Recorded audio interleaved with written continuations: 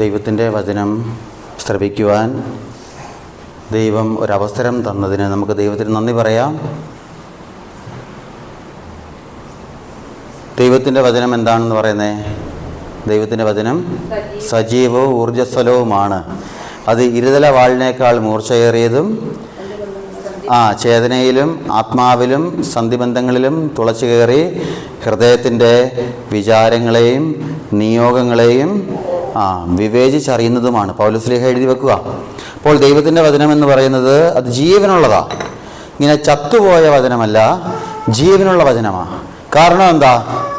ദൈവത്തിൻ്റെ വചനം എന്തുകൊണ്ടാണ് ജീവനുള്ളതാകുന്നത്? ഈ വചനം ഒരു ദൈവത്തെ കാണിച്ചു തരുന്നുണ്ട്. ഹല്ലേലൂയ, അല്ലേ? ദൈവത്തിൻ്റെ വചനം ഒരു ദൈവത്തെ കാണിച്ചു തരുക. അപ്പോൾ ജീവനുള്ള ദൈവത്തെ ആണ് ഈ വചനം കാണിച്ചു തരുന്നത്. ജീവനുള്ള ദൈവം ആ വചനത്തിൽ ജീവിക്കുമ്പോൾ ആ വചനം എന്തായി മാറും? ജീവനുള്ളതായി മാറും. എൻ്റെ പ്രിയമുള്ളവരെ, അതുകൊണ്ടാണ് പലപ്പോഴും നമ്മുടെയൊക്കെ ജീവിതത്തിൽ വചനം നമ്മളെ പലപ്പോഴും സ്പർശിക്കുമ്പോൾ നമ്മളിൽ വലിയ വിടുതലുണ്ടാകുന്നത്. ഹല്ലേലൂയ. വചനം നമ്മളെ സ്പർശിക്കുമ്പോഴൊക്കെ നമ്മളിൽ വലിയ വിടുതലുണ്ടാകുന്നതിൻ്റെ കാരണം ഇത് ജീവനുള്ള ദൈവത്തിൻ്റെ ജീവനുള്ള വചനമായതുകൊണ്ടാണ്. നമ്മൾ ആ വചനത്തെയാണ് നമ്മൾ കേൾക്കുന്നത്, ആ വചനത്തെയാണ് നമ്മൾ വിശുദ്ധ കുർബാനയിലൂടെ കാണുന്നത്, ആ വചനത്തെയാണ് നിങ്ങളുടെ പ്രാർത്ഥനാ വേളയിൽ ഈ പുസ്തകത്തിലൂടെ, ഈ ബൈബിളിലൂടെ നിങ്ങൾ വായിക്കുന്നത്. അപ്പോൾ എന്ത് ചെയ്യണം എൻ്റെ മക്കളെ? നമ്മൾ ഈ ദൈവവചനത്തെ നമ്മൾ കണ്ണും പൂട്ടി വിശ്വസിക്കണം. ദൈവവചനത്തെ കണ്ണും പൂട്ടി വിശ്വസിക്കണം. ഹല്ലേലൂയ, യേശുവേ സ്തോത്രം. നമ്മൾ ആ വചനം കേൾക്കാനാണ് പോകുന്നത്. ഒരു കാര്യം മനസ്സിലാക്കണേ, ഇന്ന് ലോകത്തിൻ്റെ പല ഭാഗത്തും ക്രിസ്ത്യാനികളെ ഭയപ്പെടുന്ന ഒരു കാലമാണ്. ക്രിസ്ത്യാനിയുടെ ജീവിതത്തിൽ എന്തുണ്ട്? ഒരു സത്യമുണ്ട്. ആ സത്യത്തെ തിന്മ ഭയക്കുകയാണ്. ഒറ്റ ഉദാഹരണം ഞാൻ പറയാം. അതായത് ഈ ലോകത്തിൽ അബോർഷൻ തെറ്റാണ് എന്ന് പറയുന്ന ഏക മതം ക്രിസ്തു മതമാണ്. അബോർഷൻ തെറ്റാണെന്ന് പറയുന്നേ.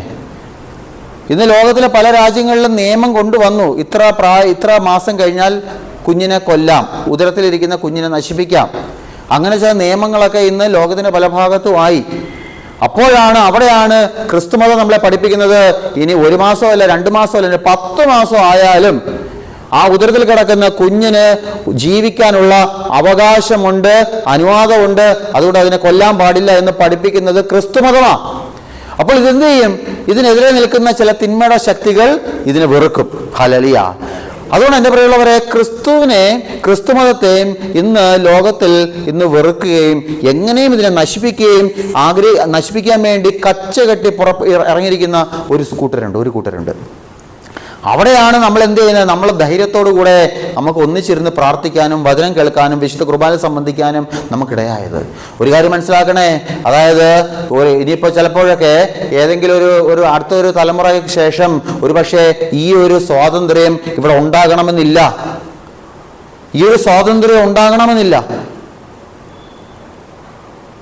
പ്രാർത്ഥനയൊന്നും വേണ്ട, മതാചാരം വേണ്ട എന്ന് പറയുന്ന ഒരു രാഷ്ട്രീയ സമൂഹം ഒരുപക്ഷെ ഈ നാട്ടിലും വരാൻ ഇനി അധികം താമസമില്ല. അതുകൊണ്ട് നമ്മൾ മനസ്സിലാക്കണം, നമ്മൾ ദൈവത്തിന് നന്ദി പറയണം. എന്തുകൊണ്ടാ? നമുക്ക് വചനം കേൾക്കാനായിട്ട് കർത്താവേ നീ എന്നെ ഒരുക്കിയല്ലോ എന്ന് നമുക്ക് നന്ദി പറയണം. നമുക്ക് പ്രാർത്ഥിക്കാം. പരിശുദ്ധ ദൈവമാതാവിൻ്റെ മധ്യസ്ഥതയിൽ നമ്മുടെ എല്ലാ നിയോഗങ്ങളും സമർപ്പിക്കാം. പരിശുദ്ധ അമ്മ ദൈവവചനത്തെ കേട്ടു, ദൈവവചനത്തെ സ്വീകരിച്ചു, ദൈവവചനത്തെ ഉള്ളിൽ നിറച്ചു, ഉദരത്തിൽ നിറച്ചു, ദൈവവചനത്തിന് ഉദരത്തിൽ ജീവൻ കൊടുത്തു. ഉദരത്തിലെ ദൈവവചനത്തെ മറിയം ഈ ലോകത്തിന് കൊടുത്തു. യേശോയെ ഈ ലോകത്തിന് പരിചയപ്പെടുത്തി കൊടുത്തത് പരിശുദ്ധ അമ്മയാണ്. നമുക്ക് പരിശുദ്ധ അമ്മയിലൂടെ നമ്മുടെ എല്ലാ അപേക്ഷകളും സമർപ്പിക്കാം. ദൈവവചനം കേൾക്കാനും വചനമനുസരിച്ച് ജീവിക്കുവാനും ദൈവവചനത്തിൻ്റെ കാവൽക്കാരും ശുശ്രൂഷകരുമാകുവാനും ദൈവവചനത്തെ സ്നേഹിച്ച് ദൈവവചനത്തിൽ മറഞ്ഞിരിക്കുന്ന ജീവനുള്ള ദൈവത്തെ കണ്ടെത്തുവാനുള്ള കൃപ അമ്മേ മാതാവേ, അമ്മയുടെ മധ്യസ്ഥതയാൽ സ്വർഗത്തിൽ നിന്ന് നീ വാങ്ങിച്ചു തരണമേ എന്ന് പ്രാർത്ഥിക്കാം. കൃപ നിറഞ്ഞ മറിയമേ, നിനക്ക് സമാധാനം. നീ സ്ത്രീകളിൽ അനുഗ്രഹിക്കപ്പെട്ടവളാകുന്നു. നിന്റെ ഉദരഫലമായ നമ്മുടെ കർത്താവ് യേശു മിശിഹ വാഴ്ത്തപ്പെട്ടവനാകുന്നു. പരിശുദ്ധ മറിയമേ, തമ്പുരാന്റെ അമ്മേ, പാപികളായ ഞങ്ങൾക്ക് വേണ്ടി ഇപ്പോഴും എപ്പോഴും ഞങ്ങളുടെ മരണസമയത്തും തമ്പുരാനോട് അപേക്ഷിക്കണമേ. ആമീൻ. നമുക്കിരിക്കാം. ഹല്ലേലൂയ, ഹല്ലേലൂയ. യേശുവേ സ്തോത്രം, യേശുവേ നന്ദി.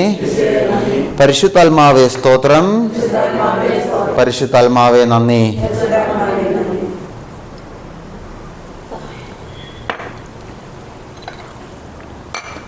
തുടക്കത്തിൽ ഞാൻ പറഞ്ഞു, നമ്മൾ വചനം കേൾക്കും.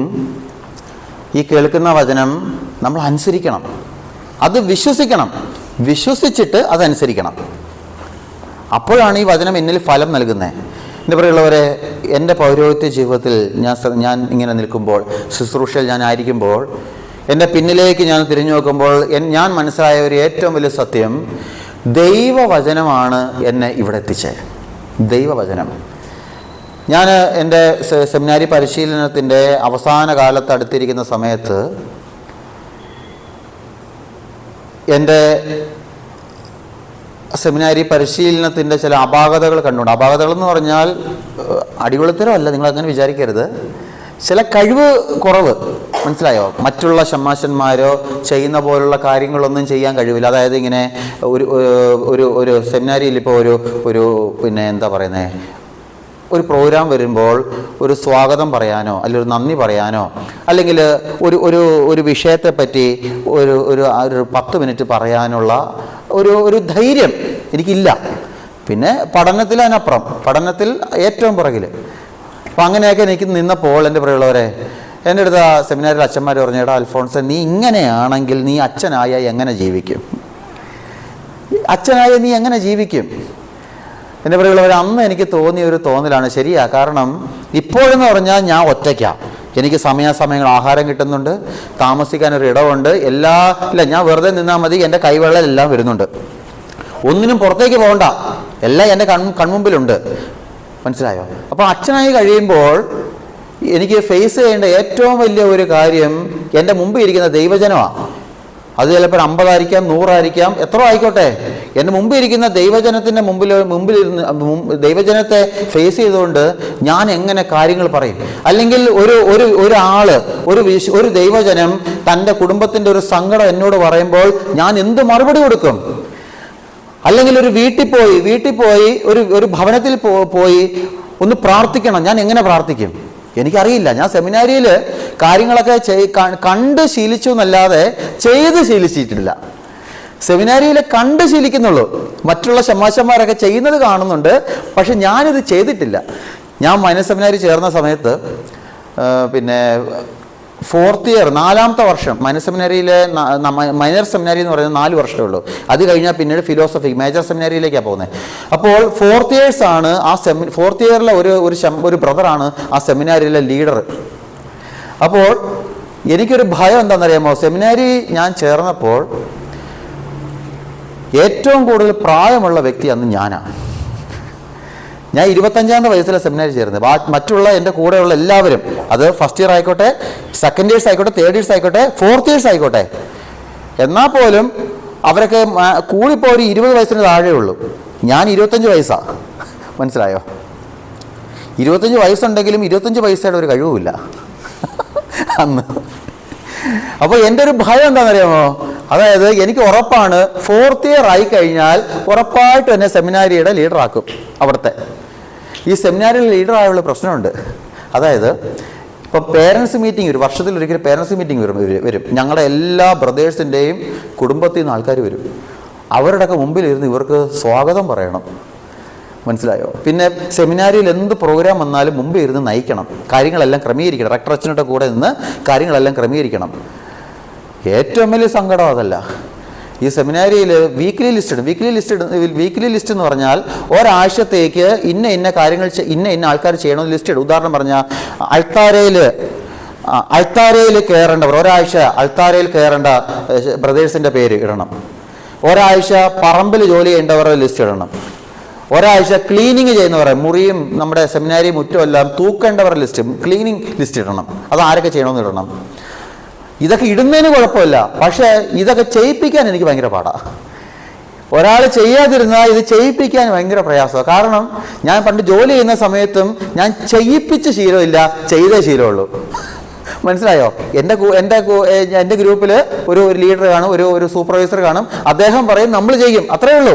അല്ലാതെ ഇങ്ങനെ ഒരു ഗ്രൂപ്പിനെ ജോലി ചെയ്യിപ്പിച്ച് എനിക്ക് ശീലമില്ല. അപ്പോൾ അങ്ങനെയൊക്കെ ഒരു പേടി എനിക്കുണ്ട്. ആ പേടി വെച്ചതുകൊണ്ട് 4th ഇയർ ആയപ്പോൾ ഞാൻ ആദ്യം പോയി റെക്ടറച്ചനോട് പറഞ്ഞു, റെക്ടറച്ച, അച്ഛൻ എന്നോട് സ്നേഹമുണ്ടെന്ന് എനിക്ക് നല്ല വിശ്വാസമുണ്ട്, അച്ഛനൊരു കാര്യം ചെയ്യണം, എന്നെ ലീഡറാക്കാതിരിക്കാമോ, ബീഡിൽ എന്നാണ് പറഞ്ഞത്, ബീഡിലാക്കാതിരിക്കാമോ എന്ന് ചോദിച്ചു. അപ്പോൾ റെക്ടറച്ചൻ പറഞ്ഞു, അതെന്താ അൽഫോൺസേ? ഞാൻ പറഞ്ഞു, എൻ്റെ അച്ഛാ, എനിക്ക് ഒരു ഭയമുണ്ട്. ഇങ്ങനെ ആൾക്കാരൊക്കെ നിൽക്കുമ്പോൾ എല്ലാവരും മുമ്പ് ഇരുന്ന് കാര്യങ്ങൾ പറഞ്ഞു ഞാൻ ശീലിച്ച് എനിക്കതറിയില്ല, ഞാൻ ചെയ്തിട്ടുമില്ല, എനിക്കറിയില്ല.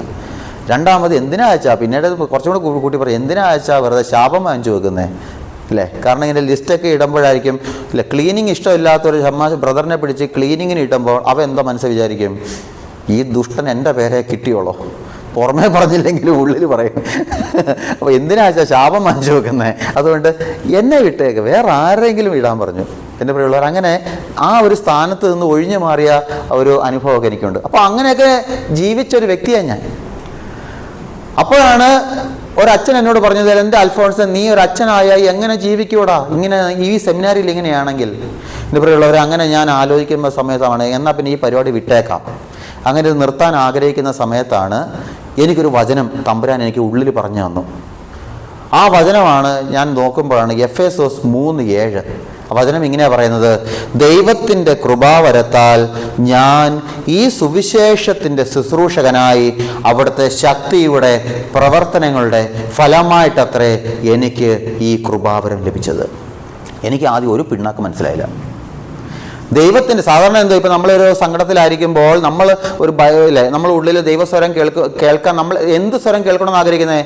ഭയപ്പെടേണ്ട, ഞാൻ നിന്നോട് കൂടെയുണ്ട്, സംഭ്രമിക്കേണ്ട, ഞാനാണ് നിന്റെ ദൈവം, ഇല്ലേ? അല്ലെങ്കിൽ ശക്തനും ധീരനുമായിരിക്കുക, എൻ്റെ വിജയം നൽകുന്ന വലുത് കൈ കൊണ്ട് ഞാൻ നിന്നെ താങ്ങി നിർത്തും, അല്ലെ പെറ്റമ്മ നിന്നെ മറന്നാലും ഞാൻ നിന്നെ മറക്കുകയില്ല, അല്ലെ കർത്താവിന് കഴിയാത്തതായിട്ട് എന്തെങ്കിലും ഉണ്ടോ, കർത്താവിന് അസാധ്യമായിട്ട് ഒന്നുമില്ല, ഇല്ലേ? ഇങ്ങനെയുള്ള വചനങ്ങളായിരിക്കും നമ്മൾ ആഗ്രഹിക്കുന്നത്. കാരണം അതൊക്കെ കേൾക്കുമ്പോൾ ഒരു ധൈര്യമാണ്. അങ്ങനെ പക്ഷേ എനിക്ക് കിട്ടിയ വചനം ഇതാ, എഫേസോസ് 3:7, ദൈവത്തിൻ്റെ കൃപാവരത്താൽ ഞാൻ ഈ സുവിശേഷത്തിന് ശുശ്രൂഷകനായി അവിടുത്തെ ശക്തിയുടെ പ്രവർത്തനങ്ങളുടെ ഫലമായിട്ടത്ര എനിക്ക് ഈ കൃപാവരം ലഭിച്ചത്. എനിക്ക് ആദ്യം ഒന്നും മനസ്സിലായില്ല. പക്ഷേ എൻ്റെ പ്രിയമുള്ളവരെ, പൗരോഹിത്യം സ്വീകരിച്ച് ആദ്യ നാൾ മുതൽ ഞാൻ അങ്ങനെ തന്നെ പറയാൻ ആഗ്രഹിക്കും, ആദ്യ നാൾ മുതൽ തന്നെ വചന ശുശ്രൂഷയിലേക്ക് ദൈവം എന്നെ ഓരോ സ്ഥലത്ത് കൊണ്ടുപോകാൻ തുടങ്ങി. പൗരോഹിത്യം സ്വീകരിച്ച ആദ്യ നാൾ മുതൽ ദൈവവചനം പറയാനൊക്കെ ഓരോരോ പള്ളികളിൽ കൊണ്ടുപോകാൻ തുടങ്ങി. അപ്പോഴാണ് എനിക്ക് ഈ വാക്യത്തിൻ്റെ അർത്ഥം എനിക്ക് മനസ്സിലായത്. ദൈവത്തിൻ്റെ കൃപാവരത്താൽ ഞാൻ ഈ സുവിശേഷത്തിന് ശുശ്രൂഷകനായി. ഹല്ലേലൂയ. അപ്പോൾ കണ്ടോ, ദൈവവചനമാണ് എന്നെ ഇവിടെ വരെ എത്തിച്ചത്. ദൈവവചനമാണ്, നമ്മളിത് വിശ്വസിക്കണം. അന്ന് ഈ വചനം കേട്ടിട്ടോ ഇത് എനിക്ക് വേണ്ടി ഉള്ളതല്ല എന്ന് പറഞ്ഞ് മടക്കി വെച്ചിട്ട് ഞാൻ ഈ പണിയും നിർത്തി പുറത്തു പോയിരുന്നെങ്കിൽ ഒരുപക്ഷെ ഞാൻ ഇവിടെ ഉണ്ടാവുമോ? ഇല്ല, ഉണ്ടാവില്ല. പക്ഷേ അന്ന് ഈ വചനം കേട്ടപ്പോൾ എനിക്ക് ഒന്നും മനസ്സിലായില്ല. പക്ഷേ അതെന്തെങ്കിലും സംഭവിക്കുമെന്ന് എന്ന് വിചാരത്താൽ ഞാനങ്ങനെ നിന്നു. അതുകൊണ്ടാണ് എൻ്റെ പ്രിയമുള്ളവർ, ഞാനത് ഈ വചനം എന്നിൽ സംഭവിച്ചു എന്ന് ഞാൻ കുറച്ചും കൂടെ മനസ്സിലാക്കിയത് എപ്പോഴാണെന്നറിയാമോ? ഞാൻ പിന്നെ ഒരു ധ്യാനത്തിന് പോയ സമയത്ത് നമ്മുടെ അണക്കരയിൽ, നമ്മുടെ ഡൊമിനിക് വാളമനാലച്ഛൻ്റെ അണക്കരയിലെ ധ്യാന കേന്ദ്രത്തിൽ പോയ സമയത്ത് അവിടെ ധ്യാനത്തിന് പങ്കെടുക്കുമ്പോൾ ഞങ്ങൾ കൗൺസിലിങ്ങിന് പോകണം. അപ്പോൾ എന്നെ കൗൺസിൽ ചെയ്ത ഒരു അച്ഛൻ, ഒരു ബദനിയിലെ അച്ഛനായിരുന്നു എന്നെ കൗൺസിൽ ചെയ്തത്. അപ്പോൾ പിന്നെ ഈ അച്ഛൻ എന്നോട് പറഞ്ഞു, അച്ഛാ, ഞാൻ അച്ഛന് വേണ്ടി പ്രാർത്ഥിക്കുമ്പോൾ ദൈവം എന്നെ കാണിച്ചു തരുന്നത് അച്ഛനൊരു വലിയ സമൂഹത്തിന് മുമ്പിലിരുന്ന് വചനം പറയുന്നതാണ് എന്നെ കാണിച്ചു തരുന്നത്. അപ്പോൾ ഞാനത് കേട്ടപ്പോൾ ഈ വചനം ഓൾറെഡി എൻ്റെ മനസ്സിലുണ്ടല്ലോ. അപ്പോഴേക്കും എനിക്ക് ഒരു ആഗ്രഹമായി, കുറച്ചും കൂടെ ആഗ്രഹം കൂടി. അത് കഴിഞ്ഞ് ഞാൻ ഇങ്ങനെ എൻ്റെ പൗരോഹിത്യ ശുശ്രൂഷ നടത്തുന്ന സമയത്ത് നമുക്കറിയാം, അച്ഛന്മാരാണെങ്കിലും ഞങ്ങൾക്ക് ചില സമയത്തൊക്കെ സങ്കടം വരും. എപ്പോഴും ഇങ്ങനെ സന്തോഷം പോലെ, നിങ്ങളായിരിക്കും എപ്പോഴും സന്തോഷത്തോടെ ജീവിക്കുന്നത്, ഞങ്ങൾക്ക് ഇടയ്ക്കൊക്കെ സങ്കടമൊക്കെ വരും, മനസ്സിലായോ? അപ്പോൾ ഇടയ്ക്ക് ഇങ്ങനെ ഒരു സങ്കടം വന്നു. അത് എനിക്ക് എത്ര ശ്രമിച്ചിട്ട് മാറുന്നില്ല. അങ്ങനെ ഞാൻ എന്ത് ചെയ്തു, ഞാൻ നാലാഞ്ചിറയിലുള്ള ഒരു അച്ഛനെ കാണാൻ പോയി. അച്ഛൻ്റെ പേര് പൊസേന്തി അച്ഛൻ എന്ന് പറയും. അച്ഛൻ ഇടയ്ക്കാണ് മരിച്ചത്. നല്ല വിശുദ്ധനായ ഒരു വൈദികൻ. അച്ഛൻ്റെ പൗരോഹിത്യം സ്വീകരിച്ച് അധികം നാൾ ആവുന്നതിന് ഏതാണ്ട് ഒരു 5-10 വർഷത്തിനകത്തേ ആയുള്ളൂ. അച്ഛൻ ഒരിക്കൽ ഒരു KSRTC ബസ് അപകടത്തിൽപ്പെട്ട്, അച്ഛൻ അതിൽ യാത്രക്കാരനായിരുന്നു, ആ അപകടത്തിൽപ്പെട്ട് അച്ഛൻ്റെ ശരീരം തളർന്നുപോയി. അങ്ങനെ അന്ന് തൊട്ട് കട്ടിലെ കിടപ്പ. ആ കിടന്നുകൊണ്ടാണ് വചനം പറയുന്നത് അച്ഛൻ. അനേകർക്ക് അച്ഛൻ ആശ്വാസം. അച്ഛൻ്റെ മുമ്പിൽ വന്നു കഴിഞ്ഞാൽ നമ്മളൊന്നും പറയേണ്ട, നമുക്കൊരു അച്ഛൻ്റെ മുഖം കാണുമ്പോഴേ ആശ്വാസം കിട്ടും. കാരണം അത്രമാത്രം ഒരു പരിശുദ്ധാത്മാവിൻ്റെ ഒരു ഗ്രേസ് അച്ഛൻ്റെ മുഖത്ത് കാണാൻ പറ്റും. അത്രമാത്രം വിശുദ്ധിയിൽ ജീവിച്ചൊരു വൈദികനാണ്. അങ്ങനെ അച്ഛനെ കാണാൻ ഞാൻ പോയി. അപ്പോൾ അച്ഛനെ കാണാൻ പോയ സമയത്ത് ഞാൻ അച്ഛനെ കാണാൻ അച്ഛനെ മുറിച്ച്, അച്ഛൻ ഇങ്ങനെ കിടപ്പാണ്. അച്ഛൻ ഭക്ഷണമൊക്കെ കഴിച്ചു. അച്ഛനെ സഹായിക്കാൻ, അച്ഛനെ കാര്യങ്ങളെല്ലാം ചെയ്യാനായിട്ട് ഒരാളുണ്ട്. അയാളെല്ലാം അച്ഛനെ ഭക്ഷണം കൊടുത്തു, അച്ഛനെ ഒന്ന് വൃത്തിയാക്കി. അങ്ങനെ ഞാൻ കാണാൻ ചെന്നു. അച്ഛൻ കിടപ്പാണ്, കട്ടിലെ കിടക്കുക. അച്ഛൻ എന്നോട് സംസാരിച്ചിട്ട് പെട്ടെന്ന് എന്നോട് അച്ഛൻ ഇങ്ങനെ പറഞ്ഞു, അൽഫോൺസ് അച്ഛാ, അച്ഛൻ ദാനിയേൽ പൂണന്തലച്ഛൻ്റെ അടുത്ത് ശുശ്രൂഷയ്ക്ക് പോകുന്നുണ്ടോ? ഞാൻ ആ സമയത്ത് ഇങ്ങനെ പോകുന്നുണ്ട്. അപ്പോൾ ഞാൻ അന്നേരം പറഞ്ഞു, ഞാൻ പോകുന്നില്ലെന്ന് പറഞ്ഞു. കാരണം എനിക്കത് പുറത്ത് പറയാൻ ഒരു മടി. ഞാൻ പറഞ്ഞു ഞാൻ പോകുന്നില്ല. ഉടനെ അച്ഛൻ പറഞ്ഞ് എന്താ അറിയോ, അച്ഛൻ പോകണം, അച്ഛൻ ദാനിയേൽ അച്ഛൻ്റെ കൂടെ ശുശ്രൂഷയ്ക്ക് പോകണം, അത്രേ പറഞ്ഞു, വേറൊന്നും പറഞ്ഞില്ല.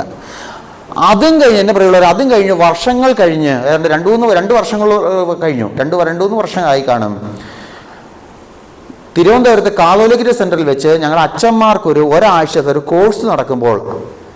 കോഴ്സ് നടക്കുന്ന സമയത്ത് അന്ന് ഞങ്ങൾ ഇതിനിടയ്ക്ക് ഞങ്ങൾ ഭക്ഷണം കഴിക്കാൻ വേണ്ടി കാതോലിക്കായിട്ടുള്ള റെഫക്ടറി ചെന്നപ്പോൾ അന്ന് ഏതാണ്ട് ഒരു 150ഓളം അച്ഛന്മാരുണ്ട്.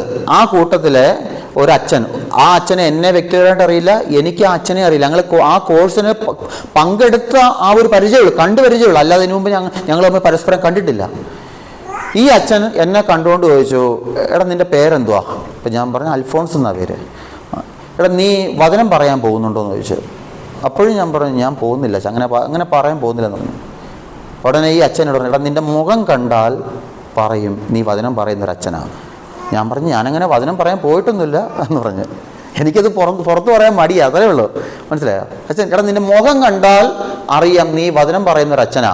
നീ ഒരു കാര്യം ചെയ്യണം, നീ പോയി ദാനിയേൽ പൂണത്തിൽ അച്ഛൻ്റെ കൂടെ പോയി താമസിച്ച് വചനം പഠിക്കാൻ പറഞ്ഞു. അപ്പോൾ ഞാൻ മനസ്സിലാക്കിയൊരു കാര്യം, എൻ്റെ പ്രിയമുള്ളവരെ, എന്നെ അറിയാത്ത 3 അച്ഛന്മാർ, 1 അണക്കരയിലൊരച്ഛൻ, 2 പൊസേന്തി അച്ഛൻ, 3 ഈ വൈദികൻ, 3 അച്ഛന്മാരാണ് എന്നെ ഈ വചനത്തിൻ്റെ യഥാർത്ഥ അർത്ഥം എനിക്ക് പറഞ്ഞു തന്നെ. ഹല്ലേലൂയ. അപ്പോൾ അതാ പറയുന്നത്, എൻ്റെ മക്കളെ, ദൈവവചനം നമ്മൾ ഒരിക്കലും ഇത് വായിക്കുമ്പോൾ കേൾക്കുമ്പോൾ ഒരു പക്ഷെ അന്ന് നമുക്ക് ഒരു ബന്ധവും തോന്നുന്നില്ല, അന്നത്തെ നമ്മുടെ ജീവിത സാഹചര്യമായിട്ട് ഒരു ബന്ധവും കാണില്ല. പക്ഷേ അതെന്നെങ്കിലും അത് ഫലം ആകും. അത് ഞാൻ വിശ്വസിച്ചാൽ എന്നെങ്കിലും അത് ഫലമാകും. മനസ്സിലായോ? യോഹന്നാൻ 15:7-8 ഒന്നെടുക്കാമോ? ബൈബിൾ ഉണ്ടോ? യോഹന്നാൻ 15:7-8. യോഹന്നാൻ 15:7-8. അവിടെ വചനം എന്നിൽ സംഭവിക്കാൻ എന്ത് ചെയ്യണം, അതാണ് കർത്താവ് പഠിപ്പിച്ചു തരുന്നത്. ദൈവവചനം എന്നിൽ സംഭവിക്കണം, എന്നാൽ മാത്രമേ എൻ്റെ ജീവിതം കർത്താവ് ആഗ്രഹിക്കുന്ന പോലെ മുൻപോട്ട് പോകൂ. അപ്പോൾ എന്നിൽ സംഭവിക്കണമെങ്കിൽ എന്ത് ചെയ്യണം, അതാണ് കർത്താവ് ഇപ്പോൾ പറഞ്ഞു തരുന്നത്. യോഹന്നാൻ 15:7-8 ഒന്ന് വായിക്കാമോ? നിങ്ങൾ എന്നിൽ വസിക്കുകയും എൻ്റെ വാക്കുകൾ നിങ്ങളിൽ നിലനിൽക്കുകയും ചെയ്യുന്നുവെങ്കിൽ ഇഷ്ടമുള്ളത് ചോദിച്ചു കൊള്ളുക, നിങ്ങൾക്ക് ലഭിക്കും. കണ്ടോ? അത് തൊട്ട് താഴെ അടുത്ത വാക്യം വായിക്കാമോ? നിങ്ങൾ ധാരാളം ഫലം പുറപ്പെടുവിക്കുകയും ചെയ്യും. അപ്പോൾ വചനം കർത്താവ് പറയുന്നത് എന്തോ? നിങ്ങൾ എന്നെ സ്നേഹിക്കുകയും നിങ്ങൾ എന്നിൽ വസിക്കുകയും എൻ്റെ വാക്ക്, എൻ്റെ വചനം നിങ്ങളിൽ വസിക്കുകയും നിലനിൽക്കുകയും ചെയ്യുന്നുവെങ്കിൽ ഇഷ്ടമുള്ളത് ചോദിച്ചു കൊള്ളുക, നിങ്ങൾക്ക് ലഭിക്കും, നിങ്ങളേറെ ഫലം പുറപ്പെടുവിക്കുകയും ചെയ്യും.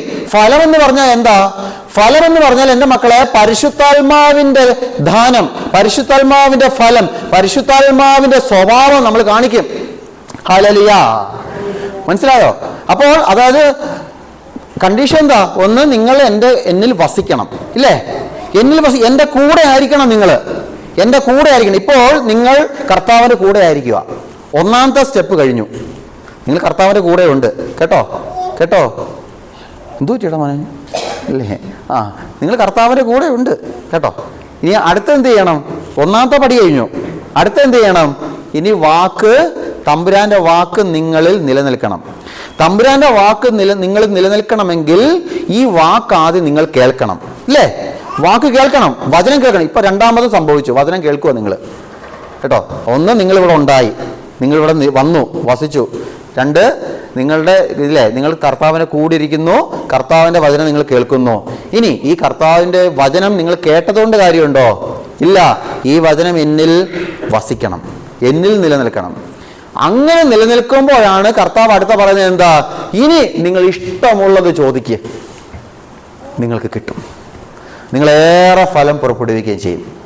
മനസ്സിലായോ? അപ്പോൾ എൻ്റെ മക്കളെ, പലപ്പോഴും എന്നെക്കാളും കൂടുതൽ ധ്യാനങ്ങൾ പങ്കെടുത്തവരാ നിങ്ങൾ, ഇല്ലേ? എന്തുമാത്രം ഡിവൈൻ ധ്യാന കേന്ദ്രത്തിലേക്ക് എത്രമാത്രം നിങ്ങൾ യാത്ര ചെയ്തിട്ടുണ്ട്, ഇല്ലേ? എത്രമാത്രം കൺവെൻഷൻ നിങ്ങൾ കണ്ടിട്ടുണ്ട്. നിങ്ങളുടെ ചെറുപ്പകാലം തൊട്ട് അറിവുള്ള കാലം തൊട്ട് തന്നെ ഈ ദേവാലയത്തിൽ അംഗമല്ലേ? ഈ ദേവാലയത്തിലെ എല്ലാ വർഷത്തെ പെരുന്നാളിലും നിങ്ങൾ വചന ശുശ്രൂഷ വെക്കാറില്ലേ?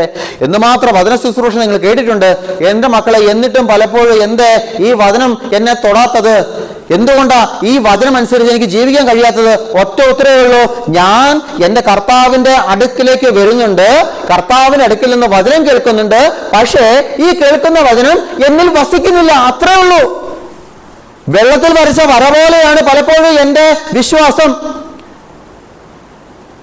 മഴത്തുള്ളി വീഴുമ്പോൾ ഉയരുന്ന കുമിള പോലെയാണ് പലപ്പോഴും എൻ്റെ ആത്മീയത. ഒന്ന് കണ്ടു, ഭംഗിയുണ്ടായിരുന്നു, അത് കഴിഞ്ഞ് അന്നേരം പൊട്ടിപ്പോയി. ഒന്ന് വരച്ചു, വെള്ളത്തിൽ വരച്ചു, അന്നേരം കണ്ടു, പിന്നീട് മാഞ്ഞുപോയി. പലപ്പോഴും നിങ്ങളുടെ ആത്മീയത പലപ്പോഴും അതുപോലെയാ. മക്കൾ, അങ്ങനെയല്ല. ദൈവവചനം ഞാൻ കേൾക്കുമ്പോൾ ദൈവവചനം എന്നിൽ നിലനിൽക്കാനായിട്ട് ഞാൻ എന്ത് ചെയ്യണം? ആഗ്രഹിക്കണം. ഹല്ലേലൂയ. പരിശുദ്ധ മറിയം അതല്ലേ നമ്മളെ പഠിപ്പിച്ചെന്നേ? പരിശുദ്ധ മറിയം എന്ത് ചെയ്തു? പരിശുദ്ധ മറിയം നമുക്കറിയാം, അതായത് ചരിത്രം പറയുന്നത്, പരിശുദ്ധ അമ്മ പ്രാർത്ഥിച്ചു കൊണ്ടിരുന്നപ്പോൾ, സഭ പഠിപ്പിക്കുന്നത് എങ്ങനെയാ? പരിശുദ്ധ അമ്മ ദൈവസന്നിധിയിൽ പ്രാർത്ഥനയിലായിരിക്കുമ്പോഴാണ് ഗബ്രിയേൽ മാലാഖ ദൈവത്തിന്റെ സന്ദേശമായിട്ട് വരുന്നത്. അപ്പോൾ പരിശുദ്ധ മറിയം ആദ്യം എവിടെയുണ്ട്? ദൈവത്തിന്റെ സന്നിധിയിലുണ്ട്, അവിടെ ഇരിക്കുകയാണ്. അവിടെ ഇരിക്കുമ്പോഴാണ് ആര് വരുന്നത്? ഗബ്രിയേൽ മാലാഖ ദൈവത്തിന്റെ വചനവുമായിട്ട്, കൃപ നിറഞ്ഞവളെ സ്വസ്തി, കർത്താവ് നിന്നോട് കൂടെ, ഇല്ലേ? വചനവുമായിട്ട് വരികയാ. ഈ വചനം ആര്? മറിയം കേട്ടു. ഈ കേട്ട വചനം മറിയത്തിൽ നിലനിന്നത്, അല്ലെ മറിയത്തിൽ ജീവിച്ചത് എപ്പോഴാ? നിലനിന്നത് എപ്പോഴാ? വിശ്വസിച്ചപ്പോൾ. എങ്ങനെ വിശ്വസിച്ചപ്പോൾ? മറിയം നല്ല വ്യക്തമായിട്ടൊരു ഒരു നല്ലൊരു ഡയലോഗ് പറയുന്നുണ്ട്, ഇതാ കർത്താവിന്റെ ദാസി, ഇതാ കർത്താവിന്റെ ദാസി, നിന്റെ വാക്ക്, വചനം എന്നിൽ സംഭവിക്കട്ടെ, നിറവേറട്ടെ. ഹല്ലേലൂയ. അപ്പോൾ കണ്ടോ, നമ്മളൊക്കെ വചനം, ബൈബിളൊക്കെ വായിക്കുന്ന, എന്തോരം ബൈബിൾ വായിക്കുന്നത് നമ്മളല്ലേ? ഉൽപ്പത്തി മുതൽ വെളിപാട് വരെയൊക്കെ ഇല്ലേ വായിച്ചു തീർത്തവരുണ്ടല്ലോ ഇതിനകത്ത്, ഇല്ലേ? ഉണ്ട്. എത്ര പ്രാവശ്യം വായിച്ചു തീർത്തവരുണ്ട്, ഇല്ലേ? ബൈബിൾ പകർത്തി എഴുതിയവരില്ലേ? നമ്മുടെ തുറന്നു പറയട്ടെ, നമ്മുടെ കപ്പിയാരപ്പച്ചൻ, നിങ്ങൾ അറിഞ്ഞോ? കപ്പിയാരപ്പച്ചൻ ബൈബിൾ എഴുതുന്നുണ്ട്, അറിഞ്ഞോ? അപ്പൊ ഞാനേ ഉള്ളായിരുന്നു അവസാനം പറഞ്ഞേ, നിങ്ങളൊക്കെ നേരത്തെ അറിഞ്ഞില്ലേ? നമ്മുടെ കപ്പിയാരപ്പച്ചൻ ബൈബിൾ പകർത്തി എഴുതിക്കൊണ്ടിരിക്കുക. പാവപ്പെട്ടവൻ ഇവിടെ ബുധനാഴ്ചകളിലും വരും, എന്നിട്ട് ശനിയാഴ്ചകളിലും വരും, എന്നിട്ട് അവിടെ ഇരുന്ന് പകർത്തി എഴുതും. മനസ്സിലായോ? അതിന് ഞാൻ 5 പൈസ കൊടുത്തിട്ടില്ല. പേപ്പർ ഞാനല്ല വാങ്ങിച്ചു കൊടുക്കുന്നത്, പേന ഞാനല്ല വാങ്ങിച്ചു കൊടുക്കുന്നത്. ഈ പാവം പിടിച്ച മനുഷ്യൻ സ്വന്തം കാശുകൊണ്ട് ബൈബിൾ പകർത്തി എഴുതും. എന്തുകൊണ്ടോ? വീട്ടിൽ ബൈബിൾ ഇല്ലാത്തതുകൊണ്ടാണോ? ഒരു 350 രൂപ എടുത്ത് ബൈബിൾ വാങ്ങിക്കാൻ പോക്കില്ലാത്ത മനുഷ്യനാണോ? അല്ല. 350 രൂപ എടുത്തൊരു ബൈബിൾ വാങ്ങിച്ച് അത് വായിച്ചാൽ പോരെ? ഇത് പകർത്തി എഴുതുന്നത് എന്താ? ഇത് എന്നിൽ സംഭവിക്കണം. ഹല്ലേലൂയ. ഇത് എന്നിൽ സംഭവിക്കണം. മനസ്സിലായോ? അപ്പോൾ നമ്മളൊക്കെ പലപ്പോഴും വചനം കേൾക്കുന്നവരാ, പക്ഷെ വചനം നിലനിൽക്കുന്നില്ല. പരിശുദ്ധ മറിയം എന്താ? വചനം ആദ്യം കർത്താവിന്റെ സന്നിധിയിലായിരുന്നു, വചനം കേട്ടു, ആ വചനത്തിന് മുമ്പിൽ ഒരു യെസ് പറഞ്ഞു, ഇതാ കർത്താവിന്റെ ദാസി, നിന്റെ വാക്ക് എന്നിൽ സംഭവിക്കട്ടെ. യെസ് പറഞ്ഞു. അപ്പോൾ ആ വചനം ഉദരത്തിൽ ജീവൻ പ്രാപിച്ചു. ഹല്ലേലൂയ. അതാ മക്കളെ, എൻ്റെ മക്കളെ, അതുകൊണ്ട് ഒരു കാര്യം മനസ്സിലാക്കേണ്ടത്, ദൈവവചനം നമ്മൾ കേൾക്കുമ്പോൾ അതിനിൽ സംഭവിക്കണം. അതുകൊണ്ടാണല്ലോ വീണ്ടും ലൂക്ക 10:39 മുതൽ 42 വരെ, അവിടെ ഞാൻ എടുക്കാം, നിങ്ങൾ നോക്കിയാൽ മതി, ഞാൻ എടുത്ത് വായിച്ചോളാം, നിങ്ങൾ നോക്കിയാൽ മതി. ലൂക്ക 10:39 മുതൽ 42 വരെയുള്ള വാക്യത്തിൽ അവിടെ നമ്മുടെ കർത്താവ് മർത്തായുടെയും മറിയത്തിൻ്റെയും ലാസറിന്റെയും ഭവനത്തിൽ പോകുമ്പോൾ മർത്ത എന്ത് ചെയ്തു എന്നാ പറഞ്ഞേ? മർത്ത മാർത്ത കർത്താവ് വന്നപ്പോഴേക്ക് കർത്താവ് ഇല്ല, പല വിചാരമായിട്ട് ഒരൊറ്റ ഓട്ടം ഓടി ഇല്ലേ. വികാരി അച്ഛൻ നിങ്ങളുടെ വീട്ടിൽ വരുമ്പോൾ ഉള്ള നിങ്ങളുടെ ഓട്ടം ഉണ്ടല്ലോ, അയ്യോ അച്ഛന് പയറുവര ഉണ്ടാക്കണം, പപ്പടം വറക്കണം, മീൻ വറക്കണം അല്ലേ, ചോറ് കരിഞ്ഞു പോകാതെ നോക്കണം, കൂടെ ഇളക്കണം ഇല്ലേ. വികാരിച്ച വരുമ്പോഴുള്ള നിങ്ങളുടെ ഇല്ലേ അടുക്കളവാസികളുടെ ഒരു ഓട്ടം ഉണ്ടല്ലോ, ആ ഒരു ഓട്ടം നിങ്ങൾ ഉദ്ദേശിച്ചാൽ മതി. ഈശോ വന്നപ്പോൾ ഈശോയ്ക്ക് ഇഷ്ടമുള്ള ആഹാരം കൊടുക്കാൻ വേണ്ടി മർത്ത ഓടുക ഇല്ലേ. അതിനിടയ്ക്ക് കറിവേപ്പില പറിക്കാൻ പോയി, അപ്പോഴാണ് മനസ്സിലായി ഉരുളൻകിഴങ്ങില്ല, പിന്നെ ചന്തയിൽ പോയി ഉരുളൻകിഴങ്ങ് വാങ്ങിക്കാൻ പോയി ഇല്ലേ. മർത്ത ഓടുക. അപ്പോൾ ഇല്ലേ, പക്ഷെ മറിയ എന്താ ചെയ്തേ, അവൻ്റെ പാദത്തെങ്കിൽ ഇരുന്നിട്ട് കർത്താവിൻ്റെ വചനം എഴുതി വെക്കുന്നത് എങ്ങനെയാ. അവൾക്ക് മറിയം എന്ന പേരായ ഒരു സഹോദരി ഉണ്ടായിരുന്നു. അവൾ കർത്താവിൻ്റെ വചനങ്ങൾ കേട്ടുകൊണ്ട് അവൻ്റെ പാദത്തെങ്കിലിരുന്നു, അവൻ്റെ കാൽ ചുവട്ടില്. അതായത് എൻ്റെ മക്കളെ ഒരു കാര്യം പറയട്ടെ, ഇപ്പോൾ നമ്മളെക്കാളും പദവിയുള്ള ഒരാള് കസേരയിരിക്കുമ്പോൾ നമ്മൾ ആ വ്യക്തിയുടെ കൂടെ കസേരയിരിക്കുമോ? ഇല്ല, നമ്മൾ അദ്ദേഹത്തെക്കാളും കുറച്ചും കൂടെ താന്നേയിരിക്കുമോ? അപ്പോൾ ഇവിടെ ഈശോ വന്നപ്പോൾ യേശുവിൻ്റെ കാൽച്ചുവട്ടിൽ ഇരുന്നു എന്ന് പറഞ്ഞാൽ, സാധാരണ അടിമകളാണ് അങ്ങനെ ഇരിക്കുന്നത്. യജമാനൻ്റെ കൂടെ അടിമകൾ വരുമ്പോൾ അടിമകൾ ഇങ്ങനെ തറയിലിരിക്കും, യജമാനൻ അല്ലേ പിന്നെ കസേരയിൽ ഇങ്ങനെ ഇരിക്കും. അപ്പോൾ മറിയം ഈ യേശുവിൻ്റെ ചുവട്ടിൽ ഇരുന്നു എന്ന് പറഞ്ഞാൽ അവിടെ ഒരു എളിമയില്ലേ, അവിടെ ഒരു വിനയമില്ലേ, മനസ്സിലായോ? അപ്പോൾ ഇരുന്നു. അപ്പോൾ നമ്മൾ കർത്താവിൻ്റെ സന്നിധിയിൽ വരുമ്പോൾ രണ്ടാമത്തെ ഒരു കാര്യമാണ് എന്ത്, തമ്പുരാൻ്റെ സന്നിധിയിൽ വരുന്നു, പക്ഷേ ഏത് മനോഭാവത്തിൽ വരുന്നു? എൻ്റെ ഉള്ളിൽ എളിമയുണ്ടോ? എൻ്റെ ഉള്ളിൽ വിനയമുണ്ടോ? പലപ്പോഴും എൻ്റെ പ്രിയമുള്ളവരെ പലപ്പോഴും പള്ളിയിൽ, ഇവിടെ പല പള്ളിയിലും കേട്ടിട്ടുണ്ട്, അതായത് എൻ്റെ അച്ഛ പള്ളിയിൽ വന്ന കുർബാനയ്ക്ക് നിൽക്കാൻ തോന്നത്തില്ല. ഞാൻ ചോദിച്ചു, അത് ഭയങ്കര അസുഖമാണല്ലോ, 1000-ൽ ഒരാൾക്ക് വരുന്ന അസുഖം അതെന്താ? എൻ്റെ അച്ഛ ഓരോന്നൊക്കെ ഇങ്ങനെ നിൽക്കുന്ന കാണുമ്പോൾ എനിക്ക് പ്രാർത്ഥിക്കാൻ തോന്നത്തില്ലെന്ന്. ഓരോന്നൊക്കെ ഇവരൊക്കെ കൊച്ചുങ്ങളൊക്കെ ഇടുന്ന് അങ്ങോട്ട് ഓടുന്നു ഇങ്ങോട്ട് ഓടുന്നു. ഇപ്പോൾ ഇവരൊക്കെ നിൽക്കുന്ന കാണുമ്പോൾ ഉണ്ടല്ലോ എനിക്ക് പ്രാർത്ഥിക്കാൻ തോന്നത്തില്ല. ഞാനൊരു കാര്യം പറയട്ടെ എൻ്റെ പ്രിയമുള്ളവരെ, ഇവരെ കാണാനാണോ നീ പള്ളിയിൽ വരുന്നേ? നീ പള്ളിയിൽ വരുന്നത് തമ്പുരാനെ കാണാനല്ലേ, കർത്താവിൻ്റെ വാക്ക് കേൾക്കാനല്ലേ നീ പള്ളി വരുന്നേ, കർത്താവിനെ സ്വീകരിക്കാനല്ലേ നീ പള്ളി വരുന്നേ.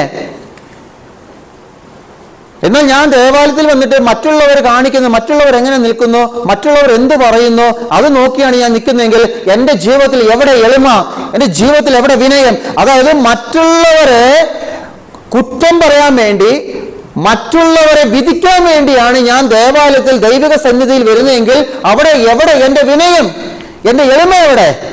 അവിടെയാണ് ഈ മറിയം നമ്മളെ പഠിപ്പിക്കുന്നത്. മറിയം കർത്താവിന്റെ പാദത്തെങ്കിൽ ഇരുന്നു എന്ന് പറഞ്ഞാൽ വിനയത്തോടെ എളിമയോടെ തമ്പുരാന്റെ സന്നിധിയിൽ ഇരുന്നു. വെറുതെ ഇരുന്നല്ല, അവന്റെ വചനം കേൾക്കാൻ, അവന്റെ വാക്ക് കേൾക്കാൻ, സ്വരം കേൾക്കാൻ ഇരുന്നു. അങ്ങനെ ഇരിക്കുന്ന മറിയത്തെ ചൂണ്ടിക്കാണിച്ചുകൊണ്ട് മർത്ത പറയുന്നുണ്ട്, എന്താ ഗുരു അല്ലേ, എന്താ പറയുന്നത്? മർത്തയുടെ പല ശുശ്രൂഷകൾ വ്യഗ്രചിത്തയായിരുന്നു.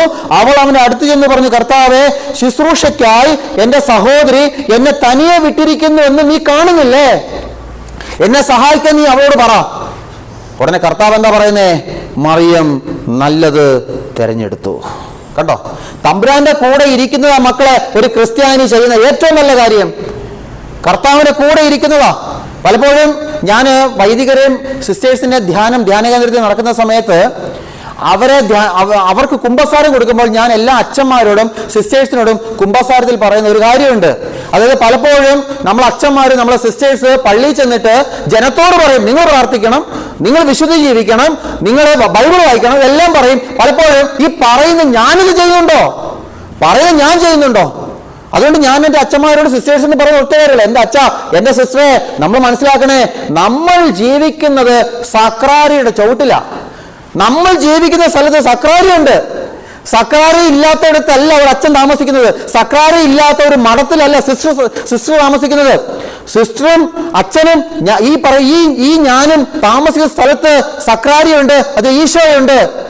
നമ്മൾ പലപ്പോഴും ജനത്തോട് പറയും, നിങ്ങൾ പ്രാർത്ഥിക്കണം പ്രാർത്ഥിക്കണം പ്രാർത്ഥിക്കണം. ഈ പറയുന്ന ഞാൻ എത്രമാത്രം ഇതിന്റെ ചുവട്ടിലിരിക്കാൻ ശ്രമിക്കുന്നുണ്ട്, ഈ ഈശോയുടെ സന്നിധിയിൽ ഇരിക്കാൻ ആഗ്രഹിക്കുന്നുണ്ട്. എൻ്റെ മക്കളെ, അത് ഞാൻ സാധാരണ പറയാറുണ്ട്. അതുപോലെ തന്നെ എൻ്റെ മക്കളെ, നിങ്ങളോട് എനിക്ക് പറയാനുള്ള കാര്യം,